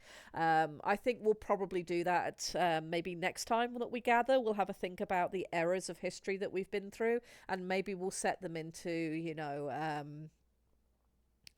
things that matter more to Shoal, so like the pre-sapience eras, and then maybe we'll have different eras that are named after coral types or whatever that are tied to certain huge events, and then we'll go from there. But that I think will be a next week thing, and that can be our homework, is to think about how we want to do that. All right, we have organized our calendar. We know what's going on. We do. Yeah, we're just going to stick with standard calendar dates, display, day of the week, show before the date, yes. Date length. Yeah, we will abbreviate to number and then acronym. Time. Well, that'll have to adjust based on what we've done for the calendar, which it will. Convert 2-digit years to current century. Yeah, fine. Fine. That's all fine. Okay. We don't need to do. We're not going to set any of this slot yet because it doesn't matter. That will all be stuff that we have to start later. Okay, I'm happy with that. We're going to click OK. We now have a new timeline. And if we have... Amazing. We are starting without a template because we're doing our own thing. We do not need the quick start guide. We're pretending we know what we're doing. Here is our timeline now for Shoal, and we are currently sitting around 1478. We can set what time the current era is going to be, the current date, present day. At some point it will take us there, but we can see we've got our individual days are here. We've got Fang, Scale, Song, Shape, Claw, Moth, Tide, Depth, Cold. And if I scroll just a little bit more, there's Mesh. So we are currently looking at a week. So when we start writing, we'll be able to plug things in. If we need to start looking at certain dates, we'll be able to know what happened on them. We now have a proper timeline for Shoal. So I'm going to make sure to save this. This will need to go into Shoal. And we will save it here as Shoal timeline. And that gives us something to work with as things progress. I feel like we've done some good work today. What is our defining event for Shoal? What is year 0? Come back to me next week with all of your ideas. Post them in the Orcs channel for Shoal, and we will do that next time. We will sort out all of those sorts of things, because that will be very fun. Great. Ignore the war crime closet, but the war crime closet has all the fun things in it. It's the one named Zork. It's the one with the name Zork typed on it. The discovery of Temps Coral should start its own era. That's a good idea. Pop it in the Orcs channel. I will say to Wilf, I think that the ceratinoid defining event is when their highest perch has broken the surface for the first time. And perhaps their second era is when it fell down, rebuilt it, and broke the surface again. Just because they're ceratinoid. Could be. So I look forward to seeing all of those ideas in the Orcs, because I do think that's something we should definitely focus in on next week. We've done quite a bit of math this week. Yeah. So what else do we want to do today, Well, or do we want Moontat, to give your soup just a brain? second. Just a second, because I can see Right. Erica is back in chat. I don't know how much of stream you've caught, Eric, but we just went through your wonderful, wonderful work to name our days of the week. All of our days of the week are named after the aspects that you put together. If you didn't see them, I can bring them back. You missed all of it? Let me bring them up then, because this is all based on the work you did for the setting, and I think it's important that you get to see how that's influenced things. So we've set up our calendar, and for our weekdays, what the chat decided to do was that we would take the 11 aspects. We've got a 10-day week. That we'd take the 11 aspects and have a day of the week per aspect, all bar one, and also tie it to either an ascendant sort of depth word or a descendant depth work. So the first 5 days of the week are ascendant days, the second 5 days of the week are descendant days, and Click gets to have the leap year day every year. So our first day of the week is Fang Swell, followed by Scale Break, Song Surge, Shape Stream, Glow Crest, Seamoth Dive, Tide Fall, Depth Sink, Cold Stoop, and Mesh Shoal. That's what we have come up with. Some of those I know. Click is Yeah, and Click has the leap day. Some of very those good. have shortened some of the names slightly, just so that it flows nicely. Which aspect was left out? Click. Click is the leap day. Once we read through all of them, it was going to be between Seamoth and Click, and it was felt that Click was the better one for the leap day. Bubble07 will return in Tidefall. Exactly. Seamoth is. Let me have a look. Anka's not helping. Is the first descending day. Yes, is the very first descendant day. So towards the middle of the week, yes.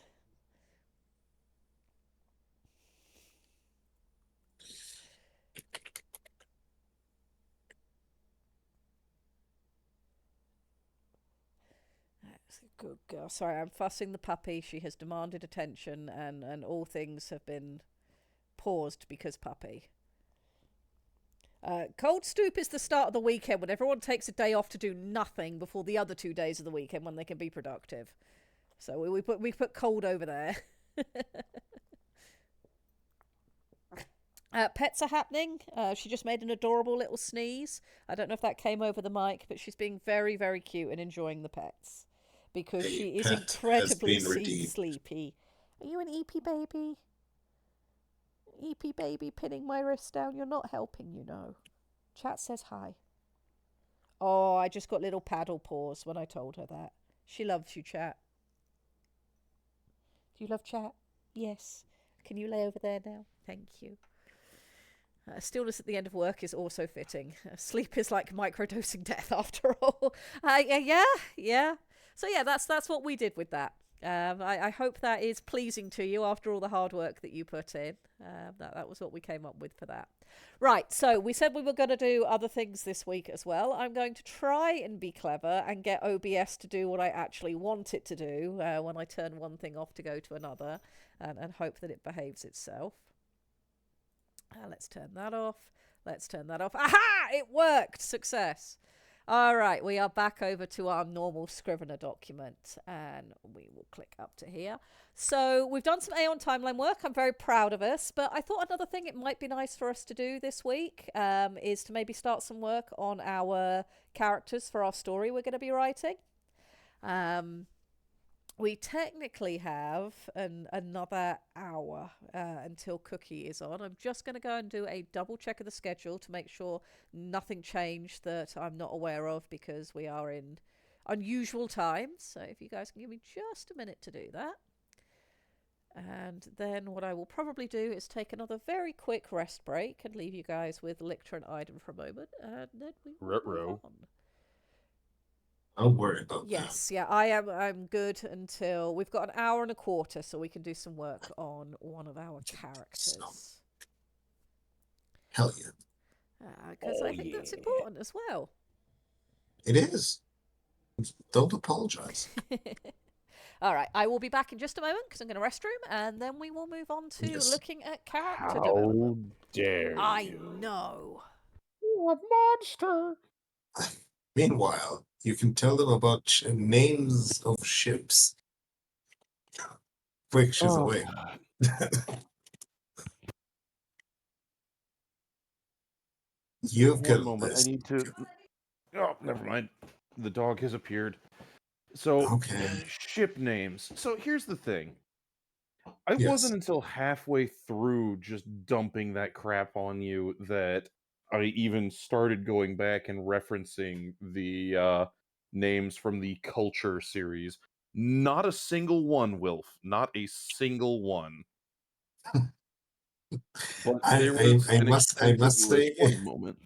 I think the two of them that I liked best was the thorn in her side, so named after the captain's sister, All right, sorry about and that. Had to confirm something. I really liked the thorn in her side.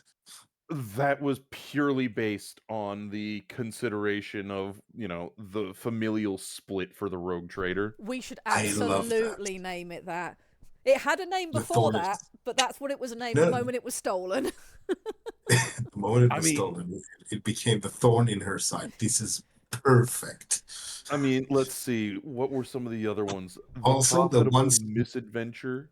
Go on. You were gonna say? I also like the once more in triplicate. Once more in triplicate because of the duplicatum came immediately to mind. Once more in triplicate would make more sense because that's what it would have been named before as well. Well, no, No, no, no, we no, no, no, no. rechristened when we struck Well, off then with it. maybe that was its name before.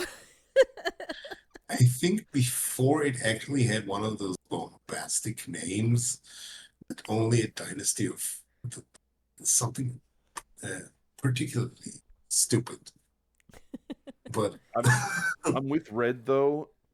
I originally suggested this one, but it would be so much better for when we find and acquire another ship, and we just name it the friend we made along the way. Yes. I, I mean, The gunboat economist still tickles me.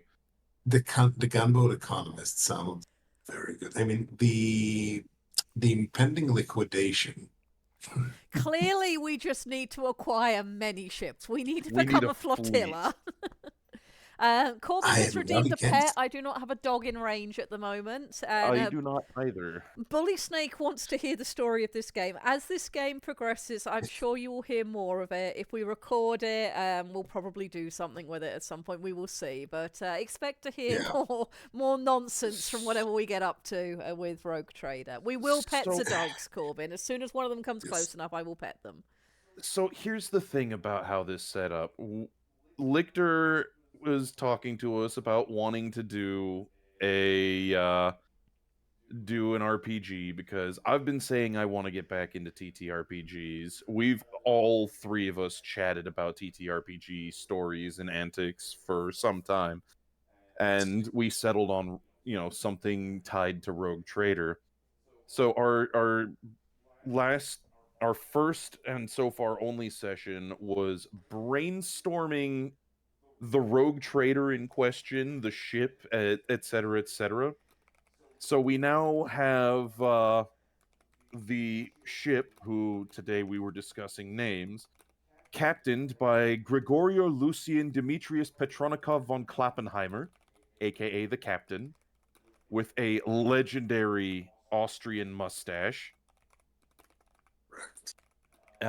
who is relatively new to the Rogue Trader game because he struck off on his own after a fracture in the dynasty. He absconded with a lot of liquid assets and a ship.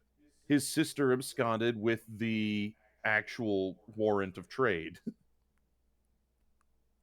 And it just And got kind of ridiculous from there because that's where Printer Mommy, the Yes, tech because priestess in Squeak charge is of the involved. copier, came from. Um, yeah. And then yeah, we've got and the Medicaid matron who has cyber lungs and will smoke as much as she wants to, damn it. Yep. because Former. she has a religious dispensation, not Yep. Yes. exemption, Yes. religious exemption. Everything with her is no, I'm allowed to do this, religious exemption. Yep. we basically have the good old boy bubbaed out Church of the Emperor on board as our ecclesiarchal presence, who UNC are Samurai, Dommy Mummy yeah, Tech Priest Squick is not happening. Squick is possibly going to have the opportunity to find the emotional core so that he can romance the printer mummy. We will have to yes. see. Also, the air on board this ship smells vaguely of cinnamon. Yeah, that was my fault. The Nowhere. atmospheric regulator has a full range of aromatic enhancers. Why? Ask the cook, who just happens to be also the chief engineer. Why did we call him Cygnus Tau Chroma? Oh, I, yes, I because CNC, or sorry, see CTC, TC. Cinnamon Toast Crunch. Right. Yeah, this game is going to be ridiculous. It's already upset Corbin. That makes me happy. We're clearly on the right vein. Exactly. Anyway, we're The We supposed arch to are. be militant doing is show. actually called the arch militant's actually called John Military. Yes. I still think when we get our first escort ships, they need to be the Cold Call and its sister ship, the Limited Time Offer. Right. So Show. long as yes. Okay. We've had a We have been formal requested. request for recording, so we will have to see But what we can I'm do. sorry, you can't do getting it in triplicate. Show campaign. Rogue Wader. Oh my god, no. Get out, Samurai. Oh my Leave. god. No.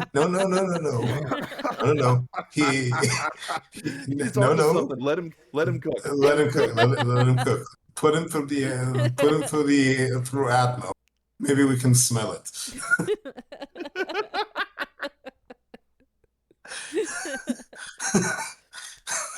Corbin is Oh. informally requesting recordings of this game, which is the same as formally requesting but without pants.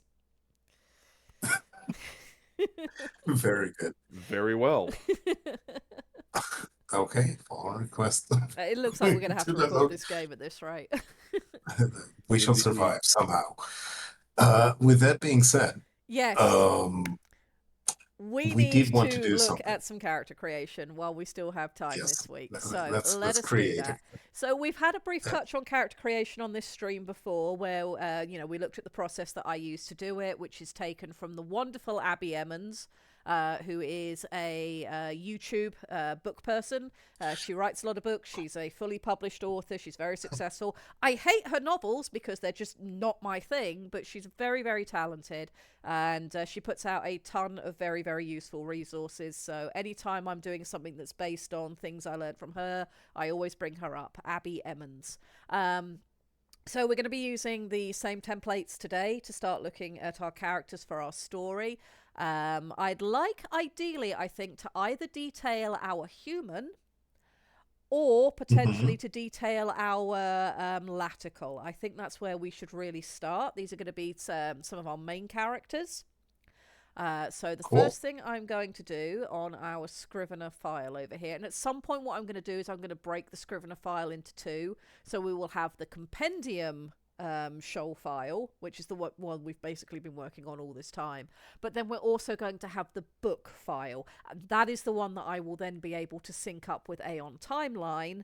And we'll keep the two separate so that we can have that utilization and usefulness. So the first thing that we're going to need is we're going to want a new folder that we are going to label characters. And this will hopefully let me see where it's dropped that folder because it's not put it somewhere. Oh, there we go. Okay, we're up at the top at the minute. That's completely fine. What I want to do is shorten down the compendium, and I'm going to put this above research. Here we go. So this will be our character file where we're going to put each of our characters. We are going to copy the template that we're going to be working from and add it as a new untitled document, which we will name the character name once we start filling them out. Okay, so we don't need templates open at the moment. We don't need the trash folder open. And we don't need research open. We'll just have everything nice and small at the moment. All right. We are ready to begin doing useful things. The other thing that might be useful for us to do is, instead of having the map open on this side, I might open our character that we have written before so that we can see the sorts of things we filled in for her. I just need to find where I hid her. Where did I Cephalin, the brave Cephalin. Yes, our librarian banker Cephalonid, who, we might decide that we want her for this story and pull her out from there. The brave little Cephalonid. Yes. That could. Also, Eric, we've been Okay. trying to reach you about your Void Shield's extended warranty.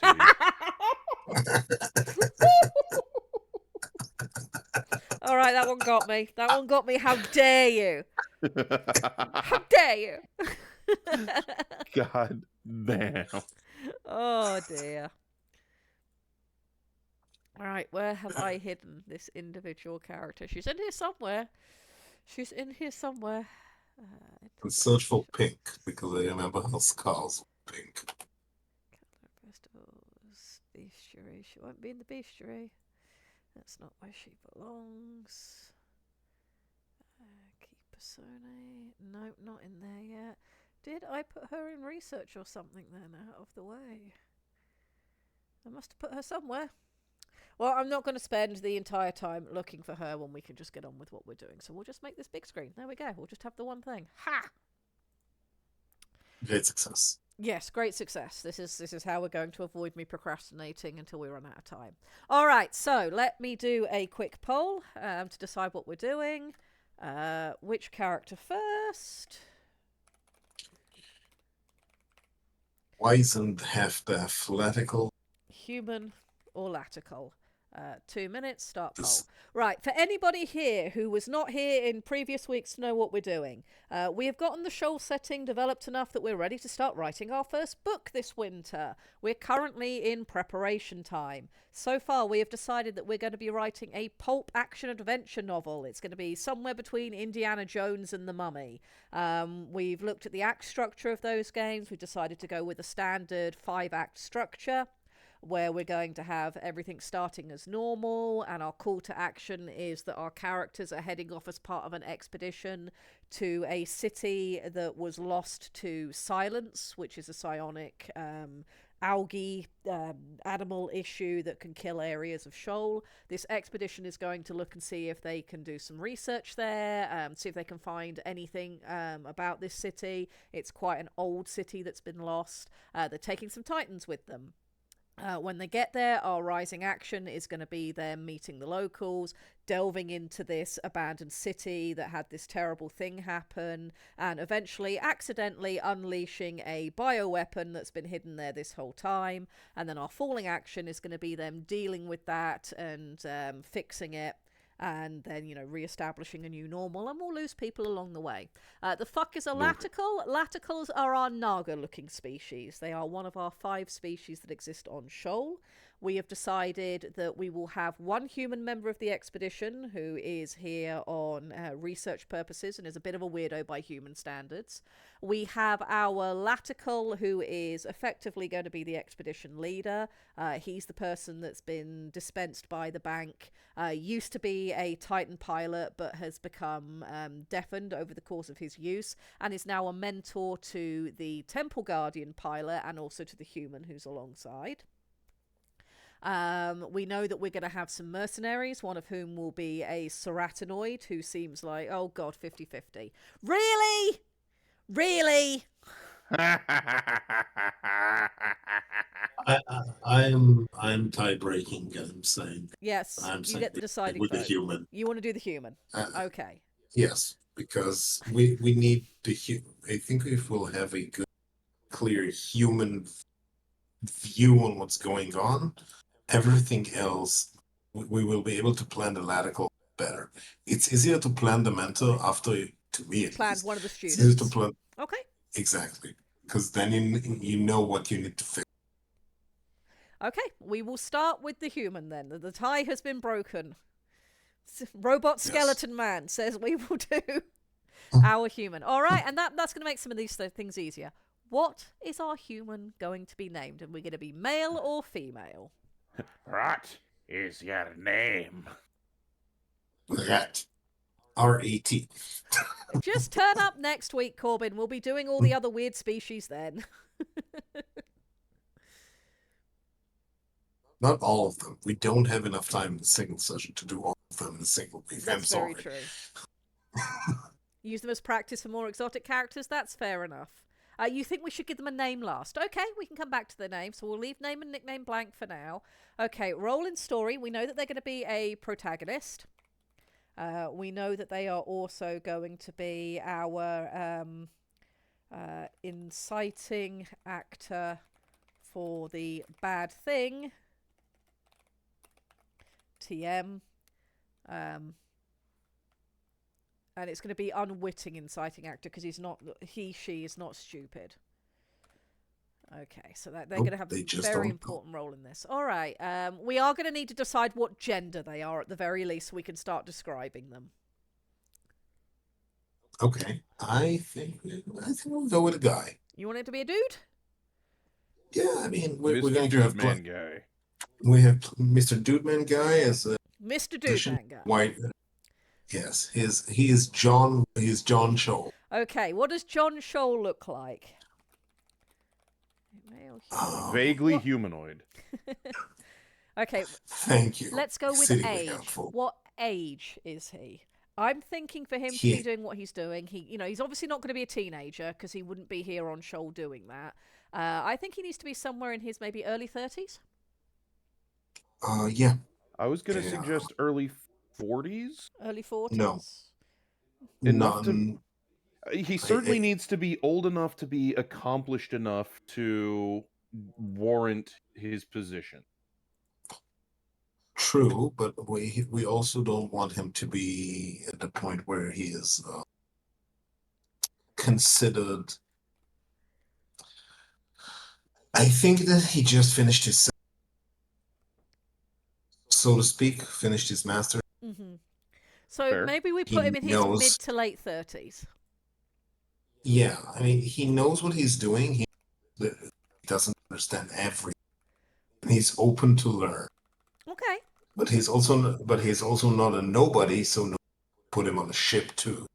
Yeah, because he would need. That was my exact thought process. Is the dude needs to be certainly accomplished enough to justify passage on the ship to Scholl. Yeah. Like exactly. You're not just going to have. Yeah, but he also has to be young. Up. But he also has to be young enough to be considered. Okay, we can't. This guy's going to learn stuff. This guy's he can't be so calcified in his ways. Exactly. So it's going to be mid-30s, I'd say. Okay. Mid-late 30s, curious. I would go so far as adventurous. Adventurous is kind of a prerequisite for wanting to shoot yourself through the void. Okay, we're beginning to talk a little bit about personality there. Let's stick purely to his physical description at the minute. So we know that he is mature enough to have finished his college/master's degrees. We know he needs to be fit enough to have endured space travel. So he's relatively lean and fit. What color hair does he have?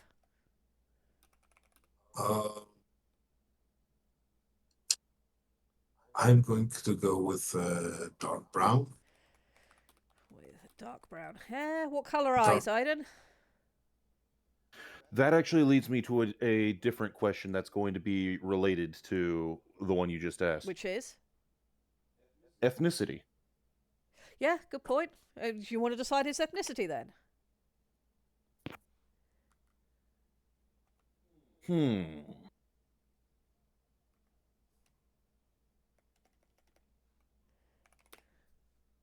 I almost dare say let chat come up with this one. Let chat come up with this one? Okay. Yeah. Chat, what ethnicity is our human?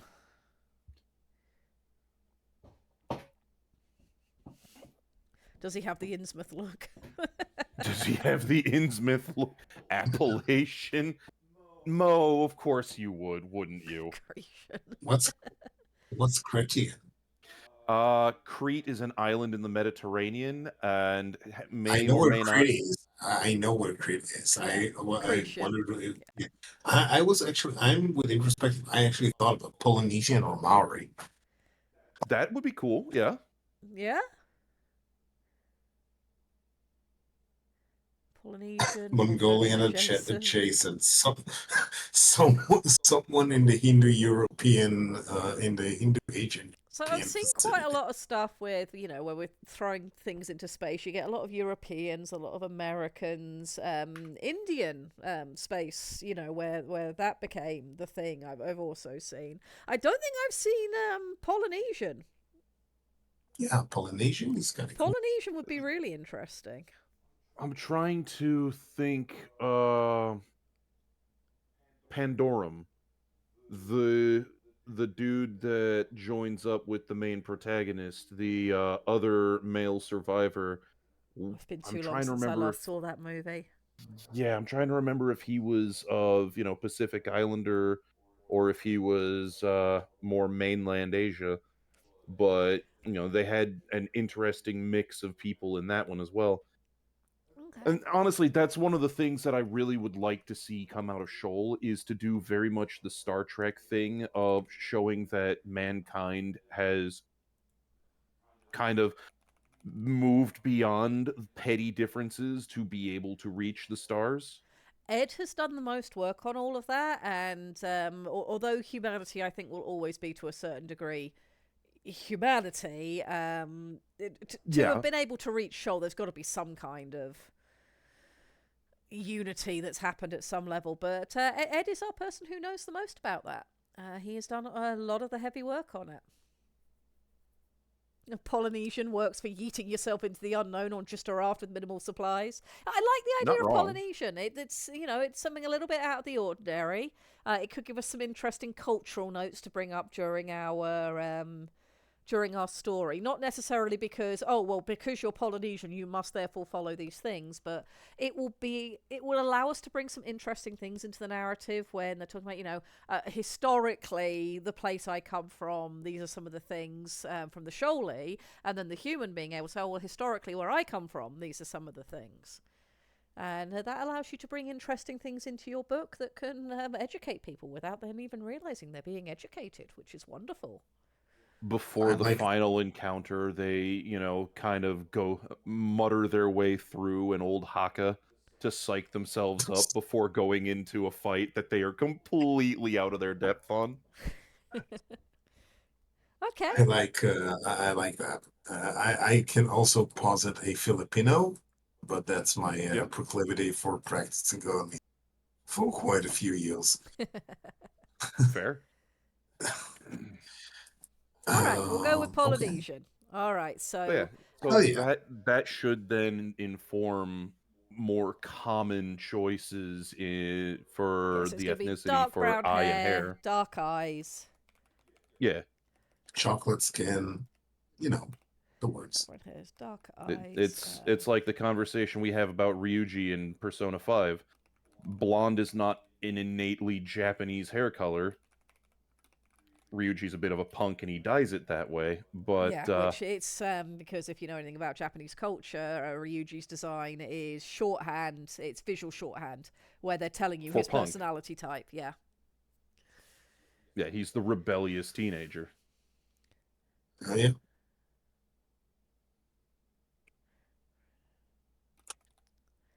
I Does like he how the have? first word. Does he have any tattoos or Yes, go ahead. scars? I mean, why not? Space is cool. Yeah, adopting the naval tradition of tattoos as a kind of thing from for spacefarers would be not un not a stretch in my mind. Yeah, I figure he'd probably great. have relatively minor scars, though. He's not been involved in any wars or anything like that. Okay, so we've got a basic physical description of what this guy looks like. How tall is he?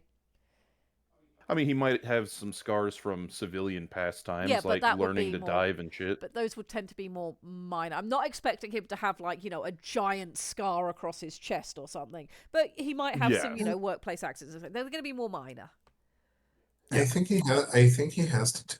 Is he coming from is he coming from a military unit or a civilian Considering that we've operation? got him here to yeah, he's a little bit of a weirdo. He's got that little bit of psionic sense. He's here to learn and to have that sort of social connection. I feel like he's going to be a more scholarly, diplomatic side of the why are you here scale than the military physical side, especially as I'd like to keep that physicality available for our mercenaries. We know we want to be part of the story. I'd like Okay, to let them have the physical. So so I'm going to say that he's going something he did with the master's degree with the rest of his the lab he's been working with, Mhm.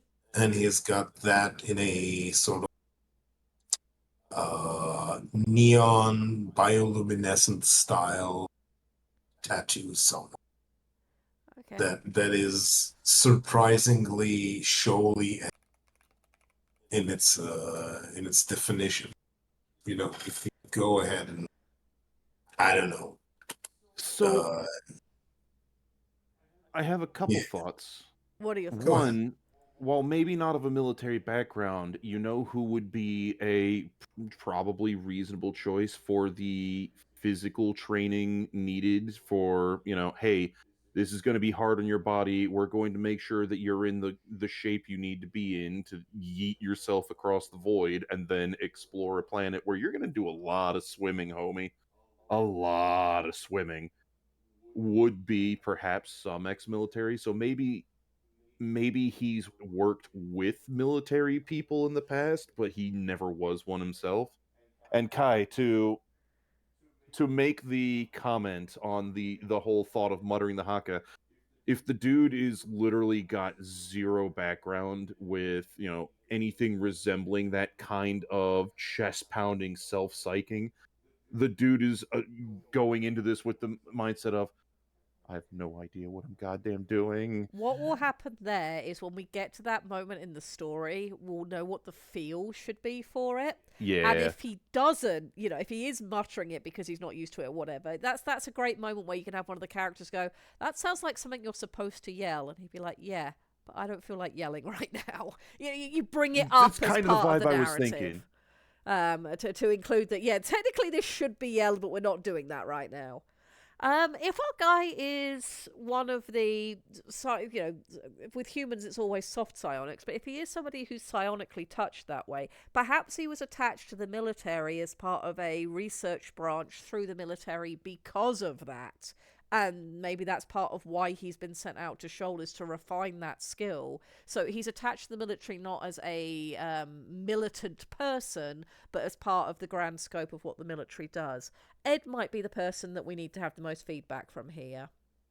He has mentioned that he'll have a skulljack augment by the looks of things, and height will depend on what planet he's from. I think we should just have him be from Earth for the sake of this story. But let's see what Ed's thoughts are, because just like we've, paid respect to all of the effort that Eric's put in for the religion side of our setting, Ed has done the most work on Oh yeah. the human side. So I'm very keen to make sure we pay homage to the effort he's already put in without changing things too much. Take your time, Ed. It's fine. It's fine. Just what do you think we need to take into account for this character as you get a chance to pop it in chat? We can sit and bullshit for a few minutes while you do that. It's not a problem. That's right. And it also I am lets me have nothing more if not drink. very proficient at It's bullshit. the one thing that's happening, because I am still on that tail end of COVID, as I'm sat here talking and rambling away, and there are 39 of you here letting me witter at you, which I very much appreciate. Thank you for being here. I could feel the lingering COVID just sort of moving itself up into my head. Like, yeah, there's still mucus here. You still have eyeball headaches. Fuck you. Mein peepers. It is the weirdest thing in the world to have an individual headache on each of your eyeballs, and I only ever get it with COVID. That's very common in my migraine. So instead of It happens thinking, a lot. about last question, Ed, our dude, what background do you think is best going to fit? Just everything in general. What do you think we should take into account for building this character? We're thinking of somebody of Polynesian descent. that he's probably going to be a little bit more academic. Would it make sense for him to be attached to the military as part of psionic research, or is that not something that's going on? Is there any specifics we need to think about for him for how he would be on Shoal? Because I know we have the Mern Oversight Council, which controls Shoaly human interactions and all the stuff you've built there. Anything there that you think we need to make sure we're paying attention to? And is it going to work for him to just be from basic ass Earth? I think it would be better for the story, especially as this is our first book in the setting, for him to just be from Earth for the sake of the audience, rather than any of the other nearby planets that humans have colonized at this point. Nearby to Earth, that is, not nearby to Shoal. But just let us know what you're thinking. Earth would make sense, yes. Okay, that's a great start. So we can have him be just a standard tall Polynesian, which that won't be an issue for Shoal because most things on Shoal are going to be bigger than him. Hello, I am John Earth. I am John Earthman of Earth Planet. And I guess I'm not used to the eyeball headaches from migraines because I get B-type migraines. B-type migraines do not affect your eyes and your sensitivity to light. They affect your sensitivity to movement and ability to speak, which is fun. Yes, the fun. Yeah, Yes. polychromatic has a valid point. Marine biologists work with the Navy on the regular. Yeah. Even if they're, entirely civilian, they'll work with the Navy and certainly with the Coast Guard on the basis of, Yeah, I just want to The make Coast sure Standard Guard that order. to help them not die. I just want to make sure that nothing that we're going to be playing with here is contradicting work that Ed has done that I'm not as familiar with as he is, because he's put all the effort in. So yeah, okay. Valid. Okay, let's write a little bit about his background. I'm just going to put background in underneath his age. So we can get these notes down before we start plugging them in where they'll make more sense as we go through. So his background is he is psionically touched, though it's weak by Shoal standards. Has completed his master's degree, possibly in marine biology, question marks? We can come back to that. Has been attached to the military since graduating. So here's an idea. Marine biology leading into a master's in marine xenobiology, since that would be a very important field to be sending to Okay. Shoal. Has been attached to the military since graduating as part of a research unit working alongside Navy and or Coast Guard / and or space force question marks. I can get The together with Space Ed Navy. about this later. Has been dispatched to Shoal with permission from the Mern Oversight Council to join part of the mentorship programs to both widen understanding of marine xenobiology and psionic techniques on a let's say he's on a 10-year contract at the moment. This is why he's with our Latical. This is why he's dispatched as part of the expedition. This is why he is here. Perhaps part of his marine xenobiology is how he knew to get used to marine military. There's a lot of playing around with navigator tech in non-navigator tasks. Shoal is a secret to most of humanity. Most people suspect there's something sentient, but nothing for sure. Okay, so him being attached to the military and going through all of this, this is how he knows about it and how he's sent there. And the fact that he's a little bit of an outsider and nobody's really going to miss him if he's on an alien planet for 10 years because work is his life, that would all work with him. This is a dude with a security clearance, all right. did his thesis on coral reef health and biodiversity, and that might be what got him picked up by the military the moment he completed his first degree before he went into his master's. That would work really well. Did his initial thesis on coral reefs and marine biodiversity,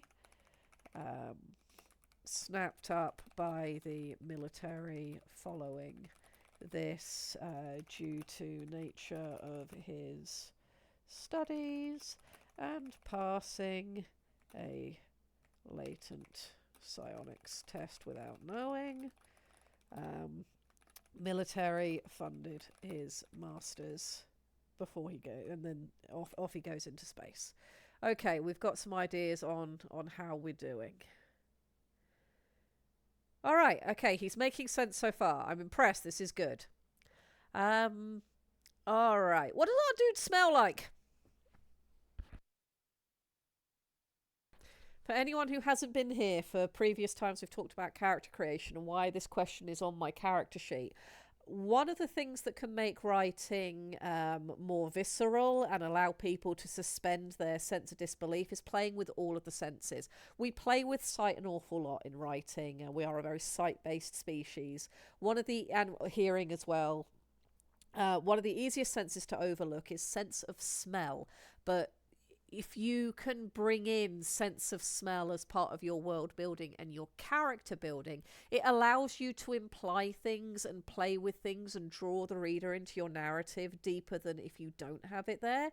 There's a wonderful book series out there. I cannot remember what it's called, but it has dragons in it, and there are scents attached to them. And there's a wonderful moment in one of the books where a character is expecting one person, but they realize it's going to be somebody else, because before they round the corner, the scent that they get is, I think it's of oranges or citrus or something, and they know that that scent is attached to somebody else, and it allows them to pre-prepare and have all of these moments before they round the corner and deal with the encounter on the far side. So the sense of smell can be a really, really useful thing in writing, and it's important to think about it. So what does our dude smell like? I can see cinnamon and ocean spray.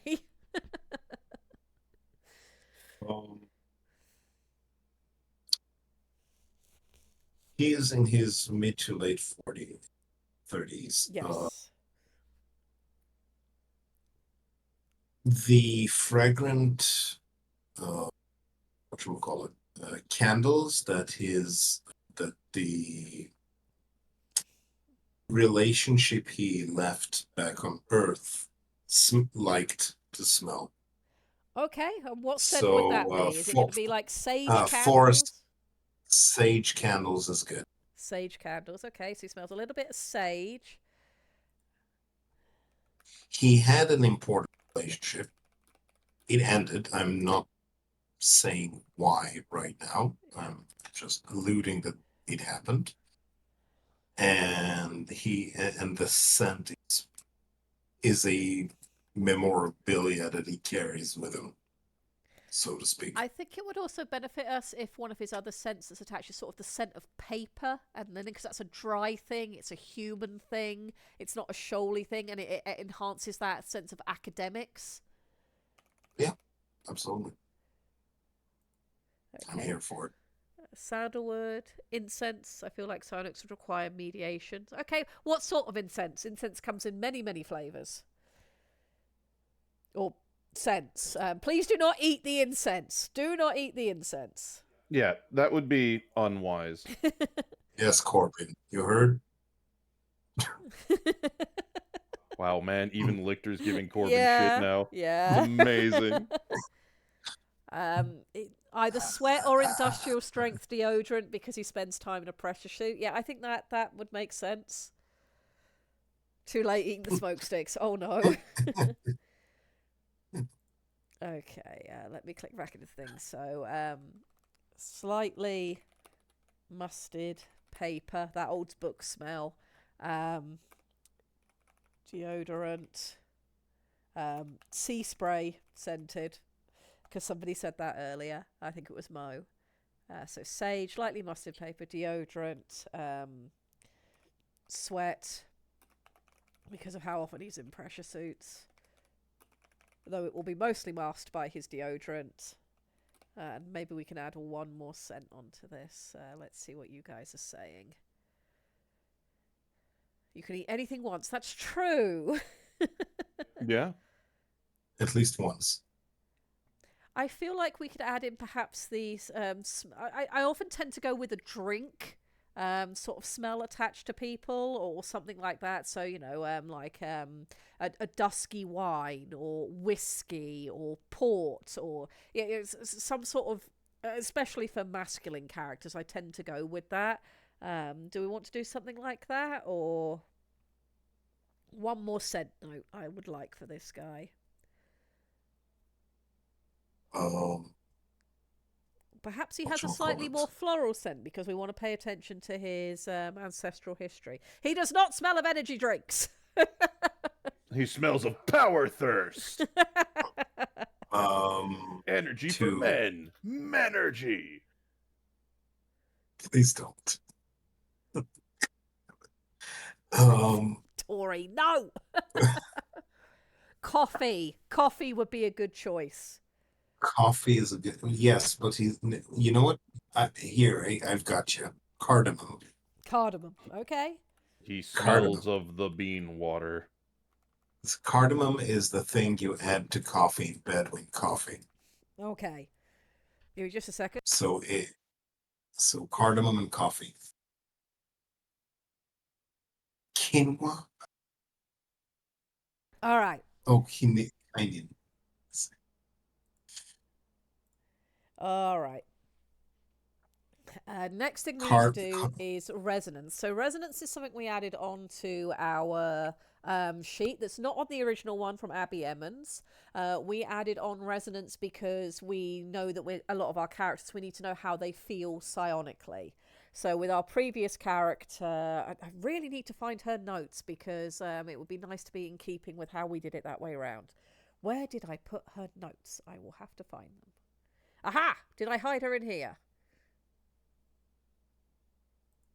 Yes, I did. There she is. There she is. Okay, so the resonance we put for our library squid lady was that she has a major chord of curiosity and caution interspersed with pauses of reserved consideration. So what we're looking for is that sort of musical language that we're fitting in there and body language effectively, but how that comes across psionically. We know that our dude is going to... Oh, excuse me. We know our dude is going to have a very light psionic presence compared to what the Sholi are used to, but it is there. So we will need to detail what this is going to be like. We know he's adventurous, so perhaps he has, while a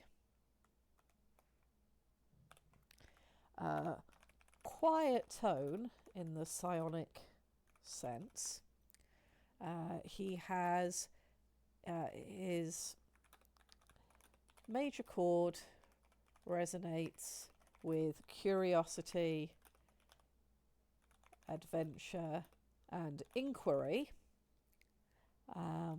However, he has a descending minor in... And then what do you guys think should go in there? What other traits should he have that go there? Calm, precise, staccato. Calm, precise, staccato. Okay, Staccato. Like you can hear him think scientific. Okay, so we don't really have much in the way of a nervous dude. I'm liking what we're doing with this guy, and I'm fine with him not being nervous. It's this is interesting. I think that might be the fun thing. We are foregoing the idiot plot. The only reason he's doing a mistake is because The mistake he's in the not a story native. happens. Oh, it's not even that. When we were talking about it last week, the mistake happens because they have no way of knowing the sub problem underneath the actual problem they're solving. And in terms of the problem they're solving, they do the exact right thing. It's just the exact Correct. wrong thing for the secondary, much worse problem. So that will Exactly. be fine. Okay, so We are Avoiding the idiot plot. Thank you. The next thing that we're going to put in is we are going to find out what this person's personality type is from the Myers-Briggs test. And what I'm going to do is I'm going to run the Myers-Briggs test for this guy, and we're going to answer the questions. And of course, it's worth bearing in mind that although Myers-Briggs has its place and it's useful, we are using this to set a sort of trope for what this character is like. We are not bound by it. If he comes up with one particular type, but at a certain point we think it makes sense for him to make a different decision, he can make that different decision. People are not narrow boxes, but we use narrow boxes with character development to give us that shorthand for things that we don't have to put the extra effort of thought into. So we will do the Myers-Briggs test for this guy. So let me bring that up. And we will figure out what we're going to have going on with him. It will give us a good idea of his character. It's going to take a moment for it to load. And we'll see where we get to. How are we doing, chat? Oh, we have been followed by Sergeant Sniffles. I hope you recover from the sniffle, sir. He has rests where he probably should have self-preservation instinct. I like that. That's very, very good. I'm not going to put that into his notes, but that's definitely something we should come back to. As that's a way for somebody else to describe. That's a way a Sholey would describe him. That's amazing. And the fun thing is, in the context of it, makes perfect sense. Yes. It does. Yes. Okay, I don't care. Just give me the thing. I know, I am using a browser that doesn't let you push certain things at me. Terrible. Terrible. How could I? You're a monster. Okay, you are being very What do you annoying. mean you We're want? not What gonna do you do it mean this you want way. privacy?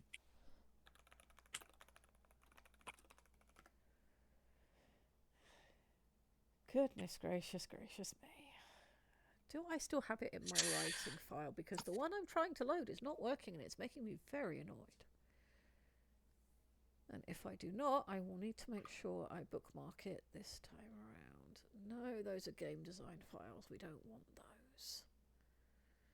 We do not want those. Let's try this one. Okay, here we go. This will do the job for us. All right, so for our dude, we've got the options of basically strong agree, agree, strong disagree, disagree, and then just middle of the road. So does our dude regularly make new friends? I feel like he probably doesn't. Between being slightly sonically active and weird, and the fact that he's very intellectual and probably very focused on his studies, I don't feel like he regularly makes new friends, which is not to say that he's, socially inept, but he's not a gregarious, outgoing person, I feel like he's very into his work. What do you guys think? I'm here for it. I think he's from 1 to 5 is at most a 2 or 3. Yeah, so I think disagree, but not strongly disagree. Okay. Complex and novel ideas excite him more than simple and straightforward ones. Strongly agree. I think he's very into his complicated academics. Yep. If he's done a thesis on, coral biodiversity and etc., that's a lot of complex systems all working together. So I'm just going to go straight for strongly agree. He usually feels more persuaded by what resonates emotionally than by factual arguments. Strong disagree. I feel like facts are more important to him than emotions.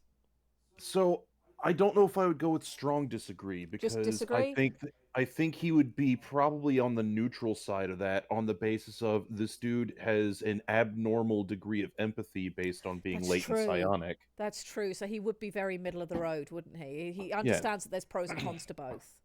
His personality would be, his academic personality would be driven towards the fact-based approach, but this is a guy who has that sixth sense that is very not hard fact driven, but instead, vibe driven. All right. I'm going to go with slightly disagree. I think he thinks that he's facts only, but he likes the beautiful. Like if something has a simple, beautiful elegance to it, it's more compelling. And it has to be backed. Data. Okay. Okay, because we've got like 3 tiers of disagree, so we can have him just very slightly disagree. That's fine. Yeah. Okay. Living and working spaces are clean and organized. Strong agree. Have you met a biologist? I mean, it depends. Is he trying to perform extra cultures on his desktop just by leaving coffee cups around, or is he very Ah, meticulous? any biologist that I know is painstakingly, supremely clean at his lab and is always completely critical of every other biologist being too unclean. Like they all have their own method of organizing their space and Okay. They all have their quirks. All right. yes, Does he usually stay calm even under a lot of pressure?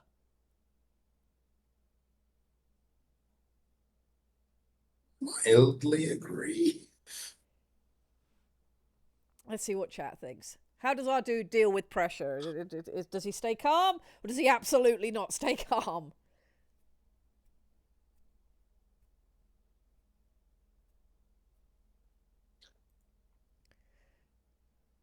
Yeah, chat. Panic shits. Oh no, something I didn't expect. All right, Eric is saying yes, he's pretty calm. New things are exciting, not terrifying. Okay, I mean, yeah, and if he's managed to make it all the way to Shoal and not just had complete panic attacks over meeting all the different species and then being asked to, yeah, okay, so he's pretty calm under pressure. Okay, you find the idea. Oh, sorry, he finds the idea of networking or promoting himself to strangers very daunting. Yeah, I think he probably would find that daunting. That's the boring part of work.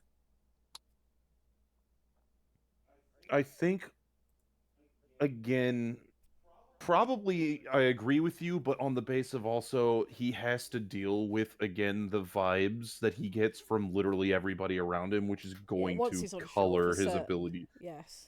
Yeah. Once he's on Shoal, I think he'll actually open up more because Yeah, he'll have people who understand the shit that he I experiences still and think though go, that "Oh yeah, he'll no, that's find it normal." daunting. It doesn't mean he can't do it or won't do it, but it's not one of those Yeah. things that you just naturally do. It's something that's, consciously you're like, okay, I've got to promote myself to this weird alien species, or I need to network with these people who have no reason to trust me because I look weird to them and they look fucking weird to me. It's going to be daunting. It doesn't necessarily need to be so daunting he won't do anything, but I think it will be at least somewhat daunting, and he gets better at it with time. All right, let's move Agreed. on to the next one. Does he prioritize and plan tasks effectively, completing them before deadlines? Neutral, strong, it depends. Okay. People's stories and emotions speak louder to him than numbers or data. I think numbers and data would be slightly more important to him, but not to the point where he's like, no, your stories and emotions don't matter. Again, see previous Yeah. observation about psionic capacity. It's hard disagree in this guy's case because of that. Um, I am. I don't want to delve into it too much. All I'm saying is that I think that in my brain, there is a desire for a beautiful solution and having a being empathic and psionically active. I don't think they rule out rules out being logical about how things go. The man's a scientist. Oh yeah, and that's why I'm saying like at I'm arguing not against a disagree. I'm arguing against a strong disagree. He Oh, is a okay. scientist, and logic absolutely is going to be a very critical piece of that.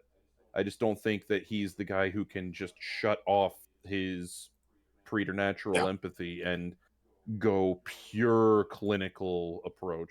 well, then let me ask you this next 100, question that's on the list. 100%. Does he Okay. prioritize facts over people's feelings when determining a course of action? So when something has to happen, which is more important to him at that point, facts or feelings? Uh,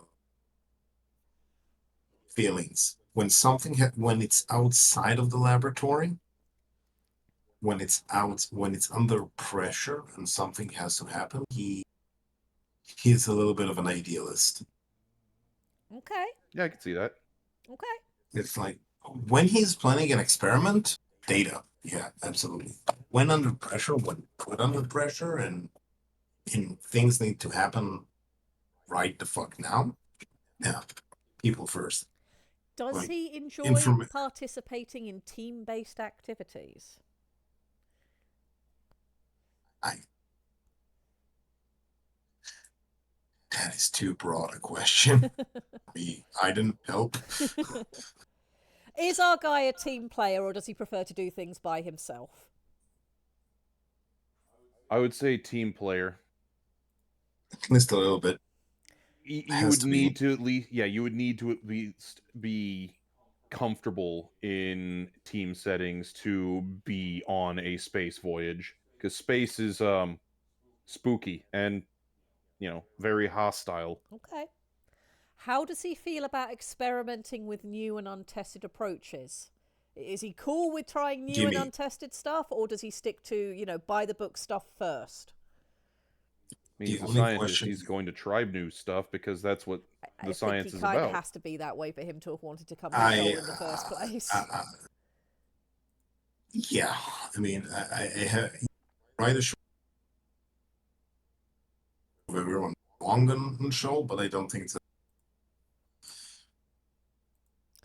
All right, let's see if we can speed through this a little bit because we are closing in on time and I don't want to prevent Cookie from coming and having all of the fun with you guys. Actively seek out new experiences and knowledge. Yes, he's definitely going to do that. Is he prone to worrying about things taking a turn for the worst? Does he worry about the outcomes of things? Or is he just neutral and goes with the flow? Or is he an optimist and just thinks everything will be, everything will work out, it'll be fine?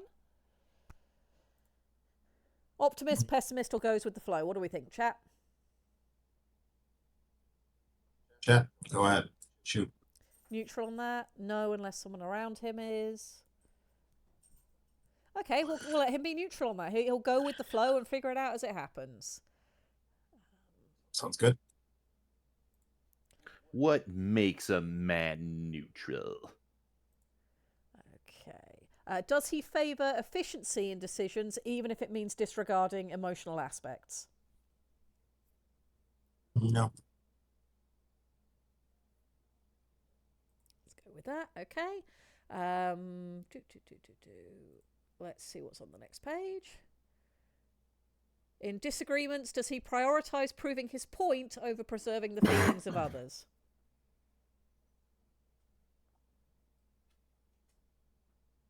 I think he would slightly be more about, look, you need to understand this, even if it makes you uncomfortable.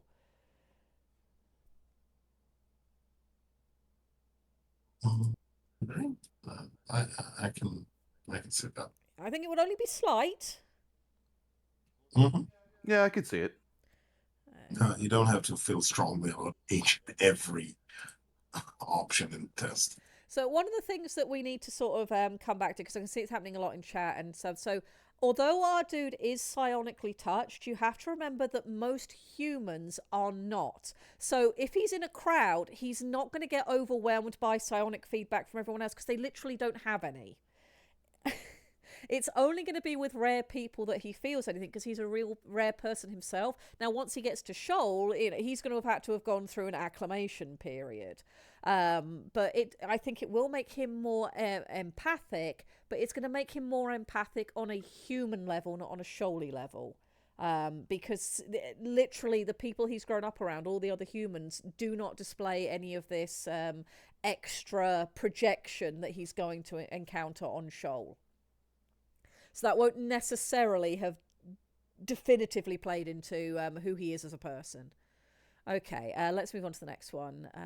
This one's not particularly important. Does his mood change very quickly, or is he sort of slow to adjust his mood?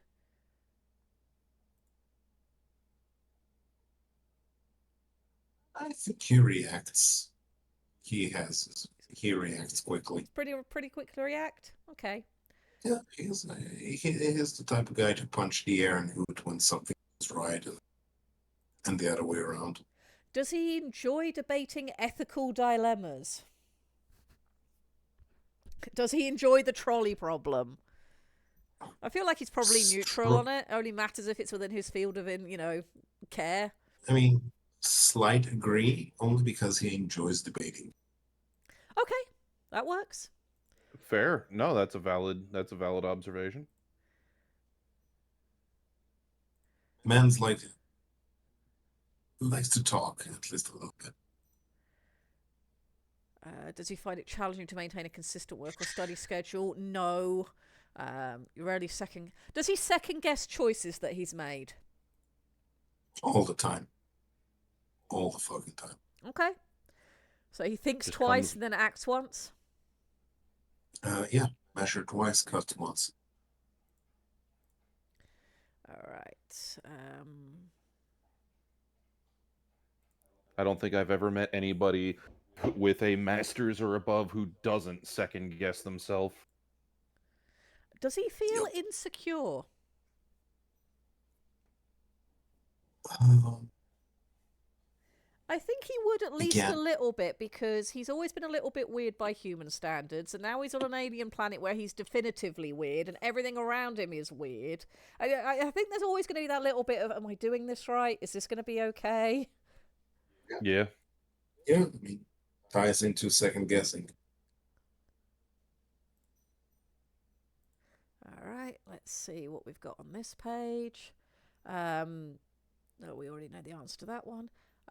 If his plans are interrupted, his top priority is to get back on track as soon as possible. Yes or no? No, no. He's fine with having his plans interrupted and seeing where it goes. He Thwarting has to his be. plans. He has to be. Ever Okay. try to run a PCR and see how it works? No. Troubleshooting is the name of the game. Is he still bothered by mistakes he made a very long time ago? Yes. Okay. Let's see how chat's doing. Seeing if anything's come up that I need to change before I click over. Do I eat this or floss with it? Has his skin thickened by being seen as the other? It may well have done. It may well have done. We can potentially explore that in narrative as well. Situation would I certainly give people a bit of imposter syndrome? Yeah. I mean, as somebody who suffers chronically with that, I don't know what it's like not to have it. So I think I always accidentally give all of my characters just a little bit of that. Okay. Emotions control you more than you control them. No, that's not going to be him at all. When making decisions, he focuses more on how the affected people might feel rather than what is most logical or efficient.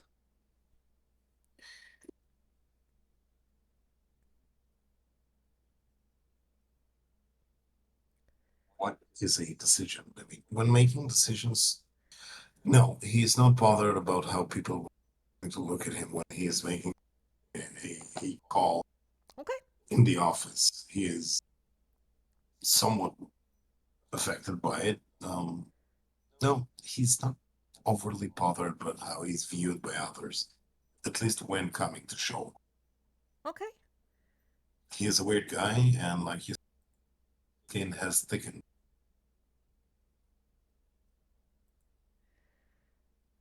Is he more drawn to busy, bustling atmosphere or quiet, intimate places?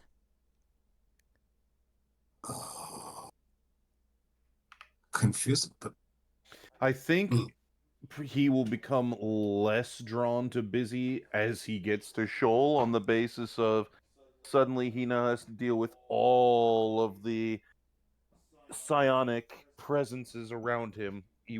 I think he'll still be somewhat overwhelmed by bustling spaces, at least on Shoal. Yeah, and Pre-Shoal- Shoal is where we're going to have him, and he's going to have to have at least gone through an acclimatization period. So yeah, okay. Let's say that he prefers things to be just a little bit quieter, and maybe that's why he's so keen on this expedition. Is there's not going to be too many people there, and it will allow him to research with a little bit more. Okay, that's fine. Yeah. When a decision feels right to him, does he act on it without needing further proof? I feel like he probably does because he has faith in whatever brought him to have that decision in mind. And he's going to need that kind of personality to, do the things that end up happening that cause the bad thing to happen. Yeah.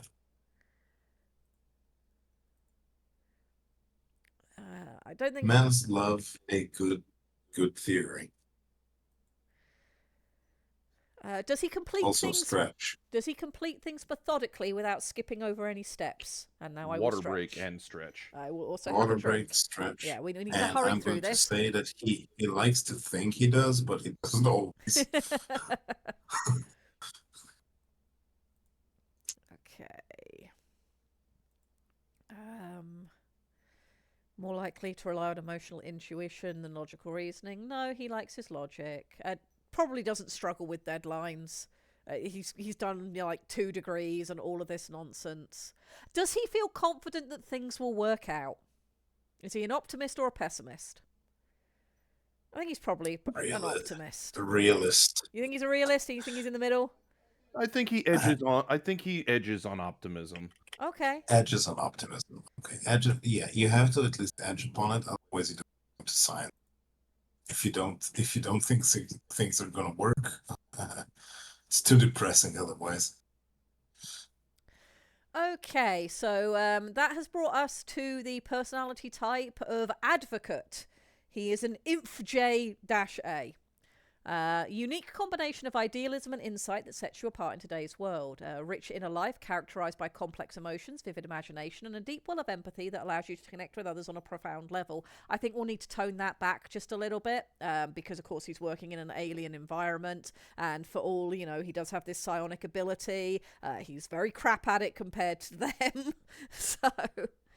an unwavering commitment to principles and an intense desire to make a positive impact on the world. That, I think, is, really what we're going to need to focus in on with him. And I think that's going to play well into him being our main character. He understands the motivations of others and sees that as both a gift and a challenge. I think that fits really well with him having this minor psionic ability. Offer invaluable support to those around you, and though sometimes feel overwhelmed, desire to help overwhelms need for privacy and solitude. Yeah, I think that works pretty well. So he's a little bit introverted, very intuitive, judges well, and is fairly assertive, but not overly assertive. I think that will work really well for his role in the story. Okay. Yep. So he's going to be an INFJ-A. I will copy over the important details from that for our use in the future. However, I am hyper aware that we are minutes away from end of stream and ceding to the wonderful Cookie Mama.